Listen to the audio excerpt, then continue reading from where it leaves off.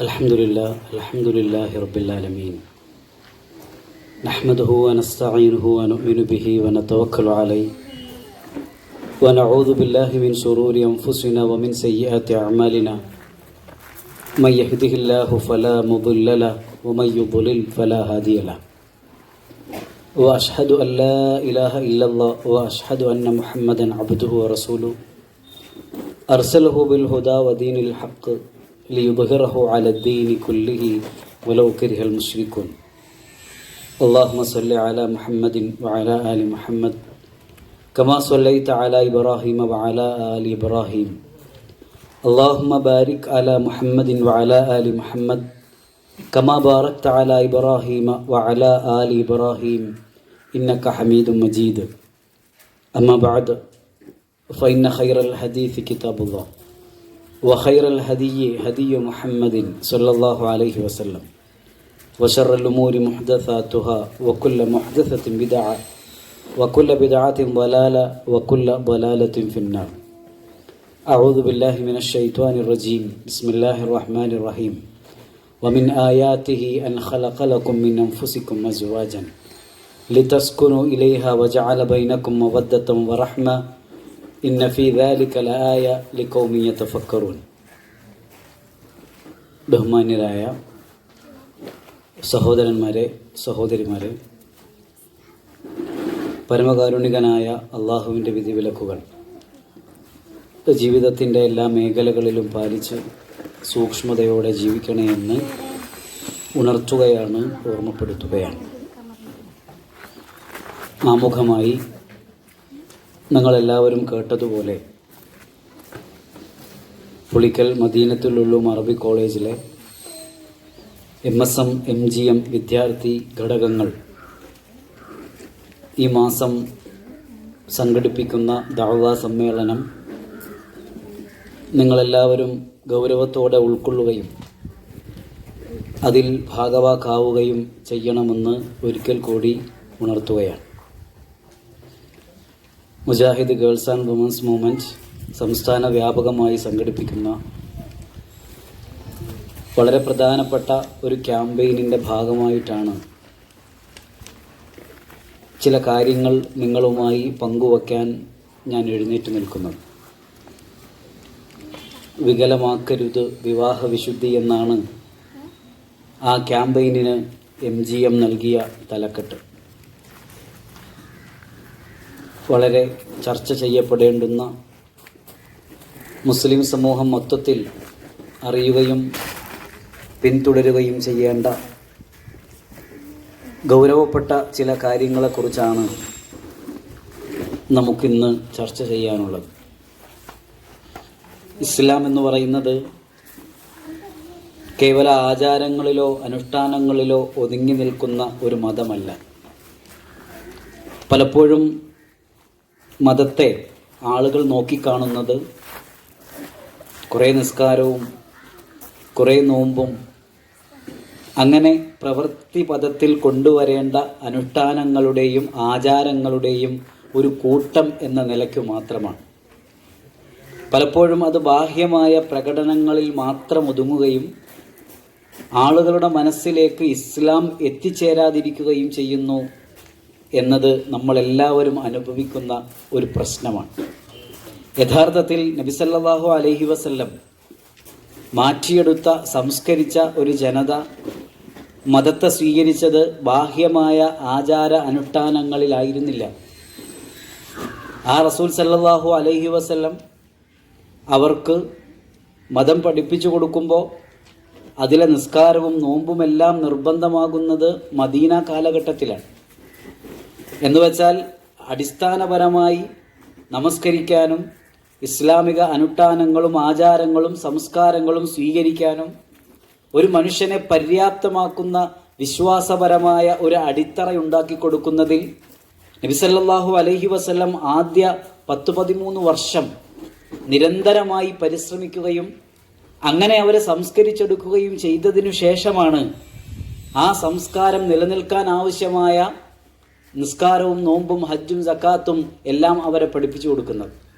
ഹുവല്ലദീ ബഅസ ഫിൽ ഉമ്മീന റസൂലൻ മിൻഹും യത്ലു അലൈഹിം ആയാതിഹി വയുസക്കീഹിം വയുഅല്ലിമുഹുൽ കിതാബ വൽ ഹിക്മ വഇൻ കാനൂ മിൻ ഖബ്ലു ലഫീ ളലാലിൻ മുബീൻ. ആ സമൂഹത്തെക്കുറിച്ചാണ് ഖുർആൻ പറയുന്നത്. വളരെ വ്യക്തമായ വഴികേടിലായിരുന്നു അവർ. എല്ലാ രംഗത്തും ജീർണതകൾ അവരെ ബാധിച്ചിരുന്നു. എല്ലാ രംഗത്തും കുഴപ്പങ്ങൾ അവരെ ബാധിച്ചിരുന്നു. ഒന്നും നേരായ മാർഗത്തിലായിരുന്നില്ല. അവിടെ നബി സല്ലല്ലാഹു അലൈഹി വസല്ലം അവരുടെ ഹൃദയങ്ങളിലേക്ക് അള്ളാഹുവിനെ കുറിച്ചുള്ള ബോധം ഇട്ടുകൊടുക്കുകയാണ്. അവരെ സംസ്കരിച്ചെടുക്കുന്നത് പരിശുദ്ധ ഖുർആനിലെ ദൈവികമായ വചനങ്ങൾ ഓതിക്കൊടുത്തുകൊണ്ടാണ്. അതിന്റെ പ്രായോഗികമായ വിശദീകരണം തന്റെ ജീവിതത്തിലൂടെ കാണിച്ചു കൊടുത്താണ് റസൂൽ സല്ലല്ലാഹു അലൈഹി വസല്ലം ആ സമൂഹത്തെ സമുദ്ധരിച്ചത്, അവരെ മാറ്റം വരുത്തിയത്. അതുകൊണ്ട് തന്നെ അവർക്ക് നമസ്കരിക്കാൻ പറയുമ്പോൾ, നോമ്പെടുക്കാൻ പറഞ്ഞപ്പോൾ, സക്കാത്ത് കൊടുക്കാൻ പറഞ്ഞപ്പോൾ, ഹജ്ജ് നിർവഹിക്കാൻ പറഞ്ഞപ്പോൾ, മാത്രമല്ല നിർബന്ധപൂർവം ഒരു വിശ്വാസി ജീവിതത്തിൽ കൊണ്ടു നടക്കേണ്ട ആചാരങ്ങളും അനുഷ്ഠാനങ്ങളും സംസ്കാരങ്ങളും സ്വീകരിക്കണമെന്ന് പറഞ്ഞപ്പോൾ ഒരു വിഷമവും ഇല്ലാതെ, ഒരു പ്രയാസവും ഇല്ലാതെ അവരത് സ്വീകരിച്ചതിന്റെ കാരണം അവരുടെ ഹൃദയങ്ങളിലേക്ക് മതത്തെ ശരിയായ വിധത്തിൽ നബി സല്ലല്ലാഹു അലൈഹി വസല്ലം ആഴത്തിൽ പടർത്തി എന്നതുകൊണ്ടാണ്.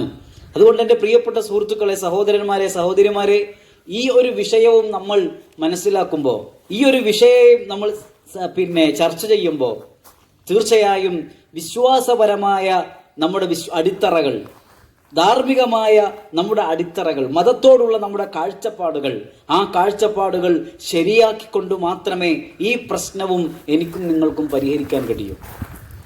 നമ്മുടെ മനസ്സിൽ ആത്യന്തികമായി ഉണ്ടാവേണ്ടത് എങ്ങനെ ജീവിക്കാനാണ് അള്ളാഹു എന്നോടും നിങ്ങളോടും പറഞ്ഞത്, ഏത് രൂപത്തിൽ ജീവിക്കാനാണ് പടച്ചവൻ നമ്മളോട് കൽപ്പിച്ചത്. നിങ്ങൾ ഒരു മധ്യമ സമൂഹമാണ് എന്ന് സൂചിപ്പിച്ചുകൊണ്ടാണ്. നിങ്ങളൊരു മധ്യമ സമൂഹമാണ്, നിങ്ങളൊരു ഉത്തമ സമൂഹമാണ്. മധ്യമം എന്ന പദത്തിന്, ഉമ്മത്തൻ വസത്വ എന്ന പദത്തിന്, മധ്യമമായ സമൂഹം എന്ന പദത്തിന് യഥാർത്ഥത്തിൽ ഉത്തമ സമൂഹം എന്നാണ് ആശയം. അഥവാ ഏതൊരു കാര്യത്തിൻ്റെയും മധ്യമമായ നിലപാടാണ് ഏറ്റവും ഉത്തമമായ നിലപാട്. ഒന്നിലും അതിരുകവിയൽ പാടില്ല എന്നതാണ്. മതനിയമങ്ങളിൽ പോലും ആ അതിരുകവിയലിനെ അതിശക്തമായി എതിർക്കുന്ന ഹദീസുകൾ നമുക്ക് കാണാൻ കഴിയും, വചനങ്ങൾ നമുക്ക് കാണാൻ കഴിയും. ആരാധനകളിൽ അതിരുകവിയാൻ പാടുണ്ടോ? നിസ്കാരം അതിരുകവിയാൻ പാടുണ്ടോ? നോമ്പ് അതിരുകവിയാൻ പാടുണ്ടോ? ആരാധനകളിൽ പോലും അതിരുകവിയലുകൾ പാടില്ല എന്നാണ് ഖുർആൻ പറഞ്ഞത്. നിങ്ങൾ കഴിച്ചോളൂ, നിങ്ങൾ കുടിച്ചോളൂ, അമിതമാവരുത്. നിങ്ങൾക്ക് വസ്ത്രം ധരിക്കാം, അമിതമാവരുത്. നിങ്ങൾ വുദു എടുക്കുമ്പോൾ പോലും ഇസ്രാഫിനെ സൂക്ഷിക്കണം. റസൂൽ സല്ലല്ലാഹു അലൈഹി വസല്ലം സഅദ് ബിൻ അബി വഖാസ് റളിയല്ലാഹു അൻഹു വുദു എടുക്കുന്നത് കാണുമ്പോൾ ചോദിക്കുന്നൊരു ചോദ്യമുണ്ട്. സഅദ് എന്തൊരു ധൂർത്താണിത്? റസൂൽ സല്ലല്ലാഹു അലൈഹി വസല്ലമയുടെ മുഖത്തേക്ക് നോക്കി സഅദ് റളിയല്ലാഹു അൻഹു ആശ്ചര്യത്തോടെ ചോദിക്കുന്നുണ്ട്, നബിയെ, വുദു എടുക്കുന്നതിലും ധൂർത്തോ? നബി പറഞ്ഞു, അതെ, ഒഴുകുന്ന പുഴയിലാണെങ്കിലും വുദു എടുക്കുമ്പോൾ വുദു എടുക്കാൻ എത്ര വെള്ളമാണോ ഉപയോഗിക്കേണ്ടത് അതിനപ്പുറം ഉപയോഗിച്ചുകൂടാ. ഇസ്രാഫ് പാടില്ല. ഇത് മതത്തിന്റെ അടിസ്ഥാന നിയമമാണ്. നമസ്കാരത്തിൽ അതിരുകവിയാൻ പാടുണ്ടോ? റസൂൽ സല്ലല്ലാഹു അലൈഹി വസല്ലമയുടെ ജീവിതം പഠിക്കാൻ 3 പേർ വന്നു. നബിയുടെ ഇല്ലാത്ത സമയമാണ്, പ്രവാചകൻ വീട്ടിലില്ലാത്ത നേരത്താണ് അവർ 3 പേരും കടന്നു വരുന്നത്. അവർ ചോദിക്കുന്നുണ്ട് റസൂൽ സല്ലല്ലാഹു അലൈഹി വസല്ലമയുടെ സ്വഭാവത്തെക്കുറിച്ച്, നബിയുടെ ആരാധനകളെക്കുറിച്ച്, പ്രവാചകന്റെ ഓരോ ദിവസത്തെക്കുറിച്ച് അവർ ചോദിക്കുമ്പോൾ വിശദമായി ആയിഷ റളിയല്ലാഹു അൻഹ പറഞ്ഞു കൊടുക്കുന്നുണ്ട്. നബിയുടെ ആരാധനകളുടെ ആധിക്യം കണ്ട്, സൂക്ഷ്മതയുടെ മഹത്വം കണ്ട് 3 പേരും തീരുമാനിച്ച 3 തീരുമാനങ്ങൾ. അതിലൊരാൾ തീരുമാനിച്ചത്, ഞാൻ ഇനി രാത്രി ഉറങ്ങുകയേയില്ല. എന്തിനാണ് ഞാൻ രാത്രി ഉറങ്ങാതിരിക്കുന്നത്? ഞാൻ ആരാധനകളിലായിരിക്കും, നമസ്കാരത്തിലായിരിക്കും, ഉറങ്ങാത്ത രാത്രികളായിരിക്കും ഇനി എനിക്കുണ്ടാവുക. രണ്ടാമൻ പറഞ്ഞത്, എല്ലാ പകലും ഞാൻ നോമ്പിലാണ്, ഇനി നോമ്പില്ലാത്തൊരു ദിനവുമില്ല, ഇനി നോമ്പില്ലാത്ത ഒരു ദിനവും എനിക്കില്ല. മൂന്നാമൻ പറഞ്ഞതോ, ഞാൻ വിവാഹം കഴിക്കില്ല. കല്യാണം കഴിച്ചാൽ, കുട്ടികളുണ്ടായാൽ, കുടുംബജീവിതം നയിക്കേണ്ടി വന്നാൽ എൻ്റെ ആരാധനകൾക്കത് തടസ്സമാകും, അതുകൊണ്ട് ഞാൻ കല്യാണവും കഴിക്കില്ല. നമ്മുടെ വീക്ഷണത്തിൽ എത്ര നല്ല തീരുമാനങ്ങളാണ്! നമ്മുടെ വീക്ഷണത്തിൽ അവർ വലിയുകളാണ്. കാരണം ദീനിനു വേണ്ടി ജീവിതത്തിന്റെ സുഖങ്ങളെല്ലാം, ലൗകികമായ സുഖങ്ങളെല്ലാം അവർ വേണ്ട എന്ന് വെക്കുന്നു, ഉറക്കം വേണ്ട എന്ന് വെക്കുന്നു. ഭക്ഷണം വേണ്ട എന്ന് വെക്കുന്നു, വിവാഹം വേണ്ട എന്ന് വെക്കുന്നു. എത്ര നല്ല മനുഷ്യർ. നബി സല്ലല്ലാഹു അലൈഹി വസല്ലം നബി സല്ലല്ലാഹു അലൈഹി വസല്ലം വന്നു. ആയിഷ റളിയല്ലാഹു അൻഹ വിവരം പറഞ്ഞു. ആയിഷ റളിയല്ലാഹു അൻഹ ഈ കാര്യം പറയുമ്പോ നബി സല്ലല്ലാഹു അലൈഹി വസല്ലം അവരെ 3 പേരെയും വിളിച്ചു വരുത്താണ്. പ്രവാചകന്റെ മുഖം ചുമന്നിട്ടുണ്ട്, പ്രവാചകന്റെ ചുണ്ടുകൾ വിറയ്ക്കുന്നുണ്ട്. റസൂൽ ചോദിക്കുന്നുണ്ട് അവരോട്, ഇന്ന ഇന്ന തീരുമാനങ്ങൾ നിങ്ങൾ എടുത്തതായി ഞാൻ കേട്ടു, ശരിയാണോ? അവർ പറഞ്ഞു, നബിയെ, അങ്ങയുടെ ജീവിതം കണ്ട്, ആരാധനകളിലെ ബാഹുല്യം കണ്ട് ഞങ്ങൾ എടുത്ത തീരുമാനങ്ങളാണ്. റസൂൽ സല്ലല്ലാഹു അലൈഹി വസല്ലം നല്ല തീരുമാനം, മുന്നോട്ട് പോയിക്കോളൂ എന്നാണോ അവരോട് പറഞ്ഞത്? അള്ളാഹുവിന്റെ റസൂല് കുപിതനായി അവരോട് പറയുകയാണ്, നിങ്ങളെക്കാൾ അള്ളാഹിനെ പേടിക്കുന്ന ആള് ഞാനാണ്. നിങ്ങളെക്കാളും അള്ളാഹുവിൽ ഭയമുള്ളത്, തഖ്വയുള്ളത് എനിക്കാണ്. കാരണം എന്നെയാണ് നിങ്ങൾ മാതൃകയാക്കേണ്ടത്. അള്ളാഹുവിനെ സൂക്ഷിച്ചു ജീവിക്കുന്ന ഒരു ഇസ്ലാമിക ജീവിതത്തിന്റെ മാതൃക എന്ന് പറയുന്നത് പ്രവാചകനാണ്. ആ പ്രവാചകൻ പറയാണ്, നിങ്ങളെക്കാളും അള്ളാഹുവിനെ ഭയപ്പെടുന്നതും സൂക്ഷിച്ചു ജീവിക്കുന്നതും ഞാനാണ്. ഞാൻ രാത്രി ഉറങ്ങാറുണ്ട്, നമസ്കരിക്കാറുണ്ട്. നോമ്പുള്ള ദിനങ്ങൾ എനിക്കുണ്ടായിട്ടുണ്ട്, നോമ്പില്ലാത്ത ദിനങ്ങളും എനിക്കുണ്ട്. ഞാൻ കല്യാണം കഴിച്ചിട്ടുണ്ട്, എനിക്ക് മക്കളുണ്ട്, കുടുംബജീവിതം നയിക്കുന്നുണ്ട്. ഫമൻ റഗിബ അൻ സുന്നതി ഫലൈസ മിന്നി. എൻ്റെ ഈ ചര്യയെ വെറുക്കുന്നവരാരോ അവൻ മുസ്ലിമാണ് എന്ന് പറയരുത്. അവൻ മുഹമ്മദ് നബിയുടെ അനുയായിയാണ് എന്നവൻ പറയരുത്. കാരണം അവൻ അതിനുള്ള അർഹതയില്ല. ഈ കണ്ട ഉത്തരവാദിത്തങ്ങളും ഈ ഭൗതികമായ അലൗകികമായ സുഖങ്ങളും അനുഭവിക്കാതെ ആത്മീയമായ ഒരു ലോകത്ത് മാത്രം ജീവിക്കുക, പള്ളിയുടെ ഉള്ളിൽ തസ്ബീഹുമാലയും പിടിച്ച് പച്ചവസ്ത്രവും ധരിച്ച് സാമൂഹികമായ യാതൊരു ഉത്തരവാദിത്വവും നിർവഹിക്കാതെ ജീവിക്കുക, അത് ഇസ്ലാം അംഗീകരിക്കുന്ന കാര്യമല്ല. അഥവാ മതത്തിൽ പോലും ആരാധനകളിൽ പോലും അതിരുകവിയാൻ പാടില്ല എന്നാണ് മതത്തിന്റെ നിയമം.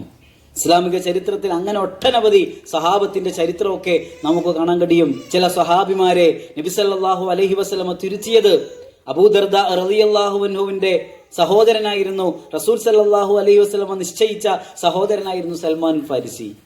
ഒരിക്കൽ സൽമാൻ ഫാരിസി അബൂദർദാനെ സന്ദർശിക്കാൻ വീട്ടിലെത്തുമ്പോ ഉമ്മുദർദ മുഷിഞ്ഞ വസ്ത്രം ധരിച്ച് നിൽക്കുന്ന കാഴ്ച കാണുമ്പോ, ദുഃഖിതയായി സങ്കടപ്പെട്ട് നിൽക്കുന്ന കാഴ്ച കാണുമ്പോൾ ഉമ്മുദർദാവിനോട് സൽമാൻ ഫാരിസി ചോദിക്കുന്നുണ്ട്, അല്ല, എന്തു പറ്റി നിങ്ങൾക്ക്? നിങ്ങളാകെ വല്ലാതെ കോലൊക്കെ മാറിയുണ്ടല്ലോ. ഉമ്മുദർദാവ് പറഞ്ഞു, നിങ്ങളുടെ സഹോദരൻ അബൂദർദ ആണ് പ്രശ്നം. അയാൾക്ക് ദുനിയാവ് വേണ്ട എന്നാണ് അയാൾ പറയുന്നത്. എന്നും അദ്ദേഹത്തിന് നോമ്പാണ്, രാത്രി എപ്പോഴും നമസ്കാരമാണ്. ഞാനുമായുള്ള ദാമ്പത്യ ജീവിതം അത്ര സുഖകരമായി കൊണ്ടുപോവാൻ അദ്ദേഹത്തിന് സാധിക്കുന്നില്ല. അങ്ങനെ സൽമാൻ ഫാരിസി അബൂദർദാവ് വരാൻ കാത്തിരുന്നു എന്നാണ്. അബൂദർദാവ് വന്നു. അതിഥി എന്ന നിലയിൽ സൽമാൻ ഫാരിസിയെ അവർ സ്വീകരിച്ചു. അദ്ദേഹം സ്വീകരിച്ചു, ഭക്ഷണം പാകം ചെയ്തു. തന്റെ മുമ്പിൽ നിരത്തി വച്ചിരിക്കുന്ന ഭക്ഷണത്തലികയിലേക്ക് സൽമാൻ ഫാരിസി കൈ നീട്ടാത്തത് കണ്ട്, അബൂദർദാവ് കൈ നീട്ടാത്തത് കണ്ട് സൽമാൻ ഫാരിസി ചോദിച്ചു എന്നാണ്, നിങ്ങൾ കഴിക്കണില്ലേ? എനിക്ക് നോമ്പാണ്. സൽമാൻ ഫാരിസി പറഞ്ഞു, പറ്റൂല, ഞാൻ കഴിക്കണമെങ്കിൽ നിങ്ങളും കഴിച്ചേ പറ്റൂ. ഞാൻ ഈ ഭക്ഷണം കഴിക്കണമെങ്കിൽ നിങ്ങൾ ഈ ഭക്ഷണം കഴിച്ചേ പറ്റൂ. ഗത്യന്തരമില്ലാതെ അദ്ദേഹത്തിന് നോമ്പ് ഒഴിവാക്കേണ്ടി വന്നു. ശേഷം റസൂൽ സല്ലല്ലാഹു അലൈഹി വസല്ലമയുടെ ശിഷ്യൻ സൽമാൻ അൽ ഫാരിസി റളിയല്ലാഹു അൻഹു ചില ഉപദേശങ്ങൾ അദ്ദേഹത്തിന് നൽകി. അബൂദർദാ പരാതിയുമായി നബിയുടെ അടുക്കലെത്തി. സൽമാൻ അൽ ഫാരിസിയുടെ പ്രവർത്തനങ്ങളെ പറ്റിയാണ് അബൂദർദാന്റെ പരാതി. തന്റെ നോമ്പ് മുറിപ്പിച്ചതുമെല്ലാം വിശദമായി നബിയുടെ മുമ്പിൽ പറഞ്ഞു. അള്ളാഹുവിന്റെ റസൂൽ സല്ലല്ലാഹു അലൈഹി വസല്ലം പറഞ്ഞു കൊടുത്തു, അബൂദർദായെ, സൽമാൻ ചെയ്തതാണ് ശരി. കാരണം ഓരോരുത്തർക്കും ഓരോ ഉത്തരവാദിത്തങ്ങളുണ്ട്. നിനക്ക് നിന്റെ ശരീരത്തോട് റബ്ബിനോട് ഉത്തരവാദിത്തമുള്ളതുപോലെ നിന്റെ ഭാര്യയോട് നിനക്ക് ഉത്തരവാദിത്തമുണ്ട്, നിന്റെ സന്താനങ്ങളോട് നിനക്ക് ഉത്തരവാദിത്തമുണ്ട്, നിന്റെ ശരീരത്തോട് നിനക്ക് ഉത്തരവാദിത്തമുണ്ട് എന്ന് പറഞ്ഞ് പ്രവാചകൻ തിരുമേനി അബൂദർദാനെ തിരുത്തുന്നത് നമുക്ക് കാണാൻ കഴിയും. അഥവാ മതത്തിൽ അതിരുകവിയലില്ല. ഇതാണ് ഇസ്ലാമിന്റെ അടിസ്ഥാനം. പക്ഷേ പലപ്പോഴും എല്ലാ രംഗത്തും അതിരുകവിയുന്ന ഒരു സമീപനമാണ് മുസ്ലിം ഉമ്മത്ത് സ്വീകരിച്ചുകൊണ്ടിരിക്കുന്നത്. അതിൽ ഏറ്റവും പ്രധാനപ്പെട്ട ഒന്നാണ് വിവാഹം എന്ന് പറയുന്നത്. വിവാഹം വളരെ മനോഹരമായ, ഏതൊരു മനുഷ്യനും ആഗ്രഹിക്കുന്ന, അവരുടെ ജീവിതത്തിൽ പലപ്പോഴും ഒരിക്കൽ മാത്രം സംഭവിക്കുന്ന ഏറ്റവും മനോഹരമായ നിമിഷമാണ് വിവാഹം എന്ന് പറയുന്നത്. ഇസ്ലാം വിവാഹത്തെ പ്രോത്സാഹിപ്പിച്ചൊരു മതമാണ്. ഇസ്ലാം വിവാഹത്തെ പ്രോത്സാഹിപ്പിച്ച ഒരു മതമാണ്. കല്യാണം വേണ്ടതില്ല, വിവാഹം വേണ്ടതില്ല എന്നു പറയുന്ന ഒരു പാശ്ചാത്യ സിദ്ധാന്തം. പാറി നടക്കും പറവകളാരും വേളി കഴിക്കാറില്ല. അതുകൊണ്ട് സർവതന്ത്ര സ്വതന്ത്രരായി ഈ ഭൂമിയിൽ വിഹരിക്കാൻ വിവാഹം ഒരു തടസ്സമായതിനാൽ വിവാഹം ആവശ്യമില്ല എന്ന് വിചാരിക്കുന്നവർ, തങ്ങളുടെ പ്രകൃതിപരമായ ആഗ്രഹങ്ങളും ആവശ്യങ്ങളും നിറവേറ്റുവാൻ വിവാഹത്തിന്റെ ആവശ്യമേ ഇല്ല എന്ന് ചിന്തിക്കുന്ന ധാർമ്മിക നിരാസം ജീവിതത്തിൽ ഭാഗമായി കാണുന്നവർ, അങ്ങനെയുള്ളവർക്കിടയിൽ പരിശുദ്ധ ഇസ്ലാം അവരെ തിരുത്തുകയാണ്. എന്നിട്ട് പറഞ്ഞു, കല്യാണം കഴിക്കണം. യാ മഅശറ ശബാബ് മൻ ഇസ്തതഅ മിൻകുമുൽ ബാഅ ഫല്യതസവ്വജ് ഫഇന്നഹാ അഅദു ലിൽ ബസർ വഅഹ്സനു ലിൽ ഫർജ്. നിങ്ങളുടെ കണ്ണുകളെ താഴ്ത്താൻ, നിങ്ങളുടെ പ്രകൃതിപരമായ ആവശ്യങ്ങളുടെ പൂർത്തീകരണത്തിന്, നിങ്ങളുടെ രഹസ്യാവയവങ്ങളുടെ സംരക്ഷണത്തിന് നിങ്ങൾ കല്യാണം കഴിക്കണം. യുവാക്കളോടാണ് പറഞ്ഞത്, നിങ്ങൾക്കൊരു പെണ്ണിനെ പോറ്റാനുള്ള ശാരീരികവും മാനസികവുമായ കഴിവ് നിങ്ങൾക്ക് വന്നു ചേർന്നാൽ നിങ്ങൾ വിവാഹം കഴിക്കണം. സമ്പത്ത് കുറവാണോ, അവിടെ നിങ്ങൾ പ്രശ്നമാക്കണ്ട. യുഗ്നീഹുമുല്ലാഹ്. സ്വന്തം മാനവും സ്വന്തം മതവും സംരക്ഷിക്കുവാൻ വിവാഹത്തിൽ ഏർപ്പെടുന്നവർ, താൻ വിവാഹം ചെയ്തില്ലെങ്കിൽ തന്റെ പ്രകൃതിപരമായ ആവശ്യങ്ങൾ നിറവേറ്റുന്നതിൽ അഹിതമായ മാർഗങ്ങൾ സ്വീകരിക്കാൻ സാധ്യതയുണ്ട്, ഹറാമുകളിൽ ചെന്നു ചാടാൻ സാധ്യതയുണ്ട് എന്നു ഭയന്നൊരു മനുഷ്യൻ, എന്നൊരു ചെറുപ്പക്കാരൻ വിവാഹബന്ധത്തിൽ ഏർപ്പെടുന്നുവെങ്കിൽ അയാൾ സമ്പത്തില്ലാത്തവനാണെങ്കിൽ പോലും യുഗ്നീഹുമുല്ലാഹു മിൻ ഫദ്ലി, സമ്പത്തിന്റെ ഉടമസ്ഥനായ, എല്ലാ സമ്പത്തിന്റെയും ഉടമസ്ഥനായ അള്ളാഹു അവന്റെ ഔദാര്യത്തിൽ നിന്ന് അവന് സമ്പത്ത് നൽകുമെന്നാണ്. യുവാക്കളോട് നബി പറയാ, കല്യാണം കഴിക്കും. നീ കല്യാണം കഴിക്കാനുള്ള ശേഷി നിങ്ങൾക്കില്ലേ, പക്വതയും പാകതയും ഇല്ലേ, നിങ്ങൾ നോമ്പെടുക്കണം. നോമ്പെടുക്കുക. അതല്ലാതെ മറ്റൊരു മാർഗം, നിങ്ങളുടെ പ്രകൃതിപരമായ ആവശ്യങ്ങൾ നിർവഹിക്കാൻ അതല്ലാത്ത മറ്റൊരു മാർഗവും അള്ളാഹു നിങ്ങൾക്ക് നിശ്ചയിച്ചു തന്നിട്ടില്ല എന്ന് വളരെ ശക്തമായ ഭാഷയിൽ ഖുർആൻ പറഞ്ഞു. വലാ തഖ്റബു സിന ഇന്നഹു കാന ഫാഹിശത്തുൻ വസാഅ സബീല. നിങ്ങൾ വ്യഭിചാരത്തോട് അടുക്കരുത്, അത് ഹീനമായ, മ്ലേച്ഛമായ, അള്ളാഹു ഇഷ്ടപ്പെടാത്ത, നരകശിക്ഷയ്ക്ക് കാരണമാകുന്ന വലിയ തെറ്റാണ് എന്ന് പഠിപ്പിച്ചു കൊടുത്തു. എന്നിട്ട് പറഞ്ഞു, കല്യാണം കഴിക്കണം, വിവാഹം കഴിക്കണം. പലപ്പോഴും വിവാഹം, പുതിയ തലമുറയിൽ പലരും വിവാഹത്തോട് ഒരു നിഷേധാത്മകമായ സമീപനം സ്വീകരിക്കുന്നു എന്നതാണ് ഏറ്റവും വലിയ ദുരന്തം. പ്രത്യേകിച്ച് പെൺകുട്ടികളൊക്കെ. പെൺകുട്ടികളെല്ലാം, പുതിയ തലമുറയിൽപ്പെട്ട പെൺകുട്ടികളിൽ പലരും വിവാഹം വേണ്ട എന്നൊരു തീരുമാനത്തിലേക്ക് പലരും എത്തിയിരിക്കുകയാണ്. പലരുമുണ്ട് അങ്ങനെ, വിവാഹം വേണ്ടത്രേ. അവരെ അങ്ങനെ പറയാൻ പ്രേരിപ്പിച്ചതിന് പല കാരണങ്ങളുണ്ട്. നമ്മൾ പലപ്പോഴും ചർച്ച ചെയ്യാറുള്ളത് പോലെ അവർ പഠിക്കുന്ന ക്യാമ്പസുകളിലെല്ലാം ശക്തമായ പ്രചാരം സിദ്ധിച്ച ലിബറലിസം, ഉദാരവൽക്കരണം, ഉദാരവാദങ്ങൾ, ഒരു പക്ഷെ അതായിരിക്കണം അവരെ കൊണ്ട് അങ്ങനെ തീരുമാനിപ്പിച്ചത്. പറയാം, ന്യായീകരണമായി, കാരണങ്ങളിലൊന്നായി നമുക്കത് പറയാം. പക്ഷേ അതിലുമപ്പുറം ഞാൻ മനസ്സിലാക്കുന്നിടത്തോളം ഈ ലിബറലുകൾ വിവാഹം അരുതേ എന്ന് പറയാൻ പെൺകുട്ടികളെ പ്രേരിപ്പിക്കുമ്പോൾ അതിന് ശക്തി കൂടാൻ അവരുപയോഗിക്കുന്ന ചില തെളിവുകളുണ്ട്. ആ തെളിവുകൾ നമ്മുടെ വീടകങ്ങളിലെ പ്രശ്നങ്ങളാണ്. വിവാഹത്തോടനുബന്ധിച്ച് അല്ലെങ്കിൽ വിവാഹിതയായ ഒരു സ്ത്രീ അനുഭവിക്കുന്ന നീതികേടുകൾ, പ്രയാസങ്ങൾ, അവൾ അനുഭവിക്കുന്ന സങ്കടങ്ങൾ, ആ സങ്കടങ്ങളെല്ലാം ഹൈലൈറ്റ് ചെയ്തിട്ടാണ് ലിബറലുകൾ വിവാഹം വേണ്ട എന്ന ഒരു തീരുമാനത്തിലേക്ക് പെൺകുട്ടികളെ കൊണ്ടെത്തിക്കുന്നത് എന്നതിലും സംശയമില്ല. ഏതാവട്ടെ, വിവാഹം വേണ്ട എന്ന ന്യായം ഇസ്ലാം ഒരിക്കലും അംഗീകരിക്കുന്നില്ലെന്ന് മാത്രമല്ല, ഒരാളുടെ മതം പൂർണ്ണമാകുന്നത് അയാൾ വിവാഹം കഴിക്കുന്നതിലൂടെയാണ് എന്നാണ് റസൂൽ സല്ലല്ലാഹു അലൈഹി വസല്ലം പറഞ്ഞത്. ഒരാളുടെ ഈമാൻ പൂർണ്ണമാകുന്നത് എപ്പോഴാണ്? അയാൾ കല്യാണം കഴിക്കുമ്പോഴാണ്, അയാൾ വിവാഹം കഴിക്കുമ്പോഴാണ്. കാരണം അയാളുടെ പ്രകൃതിപരമായ, മനുഷ്യൻ എത്രത്തോളം ആവശ്യമാണ് വിവാഹം.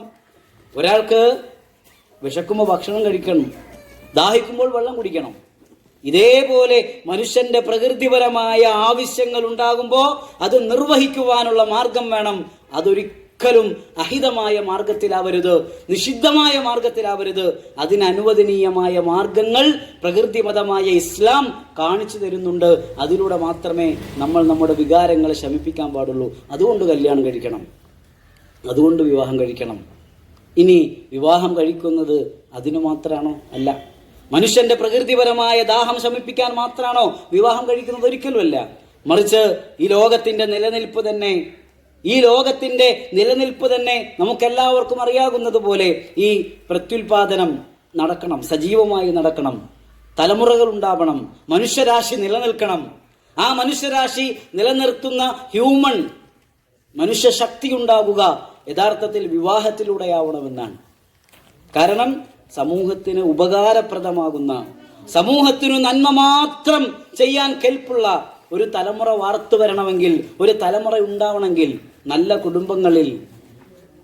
കുടുംബങ്ങളിൽ ഉത്തരവാദിത്ത ബോധമുള്ള കുടുംബങ്ങളിൽ കുട്ടികൾ ഉണ്ടാവണം.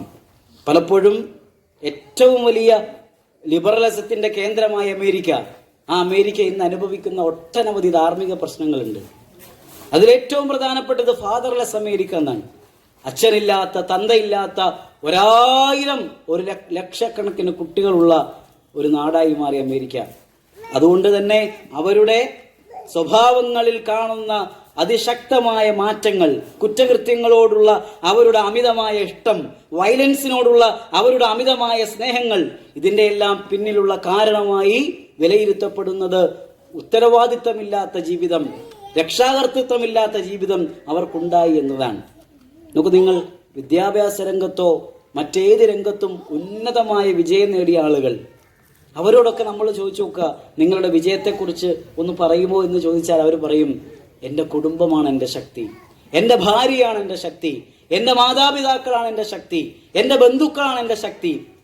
അവർ പറയുന്നത് നമുക്ക് കേൾക്കാൻ പറ്റും. കാരണം കുടുംബം എന്ന് പറയുന്നത് ഒരു സുരക്ഷിതമായ ഇടമാണ്. തലമുറകൾ വാർത്തെടുക്കപ്പെടുന്ന ഏറ്റവും സുരക്ഷിതമായ സംസ്കാരവും വിശ്വാസവും ജീവിതത്തിന്റെ നല്ല വശങ്ങളുമൊക്കെ ഒരു കുട്ടിയെ പഠിപ്പിക്കുന്ന പ്രാഥമികമായ പാഠശാലകളാണ് കുടുംബം എന്ന് പറയുന്നത്. അതുകൊണ്ട് തന്നെ ആ കുടുംബം രൂപപ്പെടുന്നത് വിവാഹത്തിലൂടെ ആയതിനാൽ ആ വിവാഹത്തെ വളരെ പവിത്രമായ ഒരു ബന്ധമായിട്ടാണ് ഇസ്ലാം കാണുന്നത്. പലപ്പോഴും ഈ വിവാഹം, വിശുദ്ധമാവേണ്ട വിവാഹങ്ങൾ വികലമാകുന്നത് എപ്പോഴാണ്? ആദ്യമായി ഞാൻ മനസ്സിലാക്കുന്നത് അതിൻ്റെ വിവാഹത്തോടനുബന്ധിച്ചുള്ള ആഡംബരങ്ങളെയും വിവാഹത്തോടനുബന്ധിച്ച് നടമാടുന്ന പേക്കൂത്തുകളെയും ഒക്കെ വിമർശിക്കുന്നതിന് മുമ്പ് വിവാഹം എന്നത് ഇസ്ലാം നിഷ്കർഷിക്കുന്ന വിധത്തിൽ പവിത്രമായി തീരുന്നതിന് ചില മാനദണ്ഡങ്ങളുണ്ട്. ആ മാനദണ്ഡങ്ങൾ നമ്മൾ മനസ്സിലാക്കിയേ പറ്റൂ. ആ മാനദണ്ഡം വിവാഹത്തിൽ രണ്ടുപേർ തമ്മിൽ ചേർക്കപ്പെടുമ്പോൾ, വരനും വധുവുമായി രണ്ടുപേർ തമ്മിൽ കൂട്ടിയോജിപ്പിക്കപ്പെടുമ്പോൾ ആ കൂട്ടിയോജിപ്പിക്കലിന്റെ മാനദണ്ഡം മതമാവണം എന്നതാണ്, ദീനാവണം എന്നതാണ്. പലപ്പോഴും റസൂൽ സല്ലല്ലാഹു അലൈഹി വസല്ലം പറഞ്ഞു, തുൻകഹുൽ മർഅ ലി അർബ.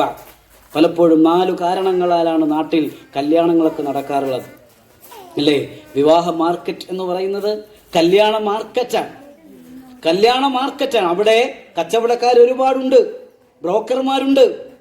അങ്ങനെ പരസ്പരം 2 കുടുംബങ്ങളെ തമ്മിൽ യോജിപ്പിക്കുന്ന വ്യക്തികളെ കുറിച്ചല്ല ഞാൻ പറഞ്ഞത്, മറിച്ച് അതൊരു കച്ചവടമായി കണ്ട് എങ്ങനെയെങ്കിലും വിവാഹം നടന്നു കിട്ടിയാൽ അതിൽ നിന്നു കിട്ടേണ്ട കമ്മീഷൻ അത് ജീവിതോപാധിയായി സ്വീകരിക്കുന്ന ബ്രോക്കർമാർ ഭൂമി വിൽപ്പന പോലെ നമ്മുടെ നാട്ടിലും ഉണ്ട് എന്നത്, നമ്മുടെയൊക്കെ നാടുകളിലും ഉണ്ട് എന്നത് ഒരു യാഥാർത്ഥ്യമാണ്. യഥാർത്ഥത്തിൽ വിവാഹത്തിന്റെ മാനദണ്ഡം മതമാവണം. റസൂൽ സല്ലല്ലാഹു അലൈഹി വസല്ലം പറഞ്ഞത് അങ്ങനെയാണ്. ഒരു പെണ്ണ് കല്യാണം കഴിക്കപ്പെടാറുള്ളത് പലപ്പോഴും 4 മാനദണ്ഡങ്ങൾക്ക് അനുസൃതമായിട്ടാണ്. ഒന്ന്, സൗന്ദര്യം നോക്കി കല്യാണം കഴിക്കുന്നവരുണ്ട്, പണം നോക്കി കല്യാണം കഴിക്കുന്നവരുണ്ട്, കുടുംബ മഹിമ നോക്കി കല്യാണം കഴിക്കുന്നവരുണ്ട്, സ്വഭാവം, മതം നോക്കി കല്യാണം കഴിക്കുന്നവരുണ്ട്. ഇങ്ങനെയൊക്കെ നാട്ടിൽ കല്യാണങ്ങൾ നടക്കാറുണ്ട്. നബി പറഞ്ഞു, ഫദ്ഫർ ബിദാത്തിദ്ദീൻ, മതബോധമുള്ളവളെ വധുവായി സ്വീകരിച്ച് നിന്റെ ജീവിതത്തിൽ നീ വിജയം വരിക്കുന്നതാണ്. മതബോധമുള്ളവളെ തെരഞ്ഞെടുത്ത് നിന്റെ ജീവിതത്തിൽ നീ വിജയം വരിക്കൂ. തരിബത്ത് യദാക്, നിന്റെ കൈകളിൽ മണ്ണ് പുരണ്ടാലും, അധ്വാനിക്കേണ്ടി വന്നാലും, കഷ്ടപ്പെടേണ്ടി വന്നാലും, പ്രയാസപ്പെടേണ്ടി വന്നാലും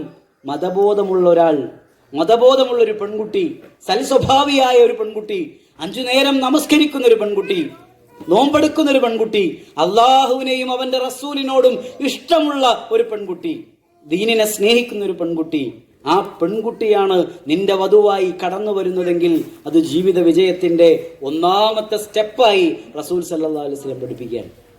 അതാണ് ഒന്നാമതായി ഉണ്ടാവേണ്ട മാനദണ്ഡം.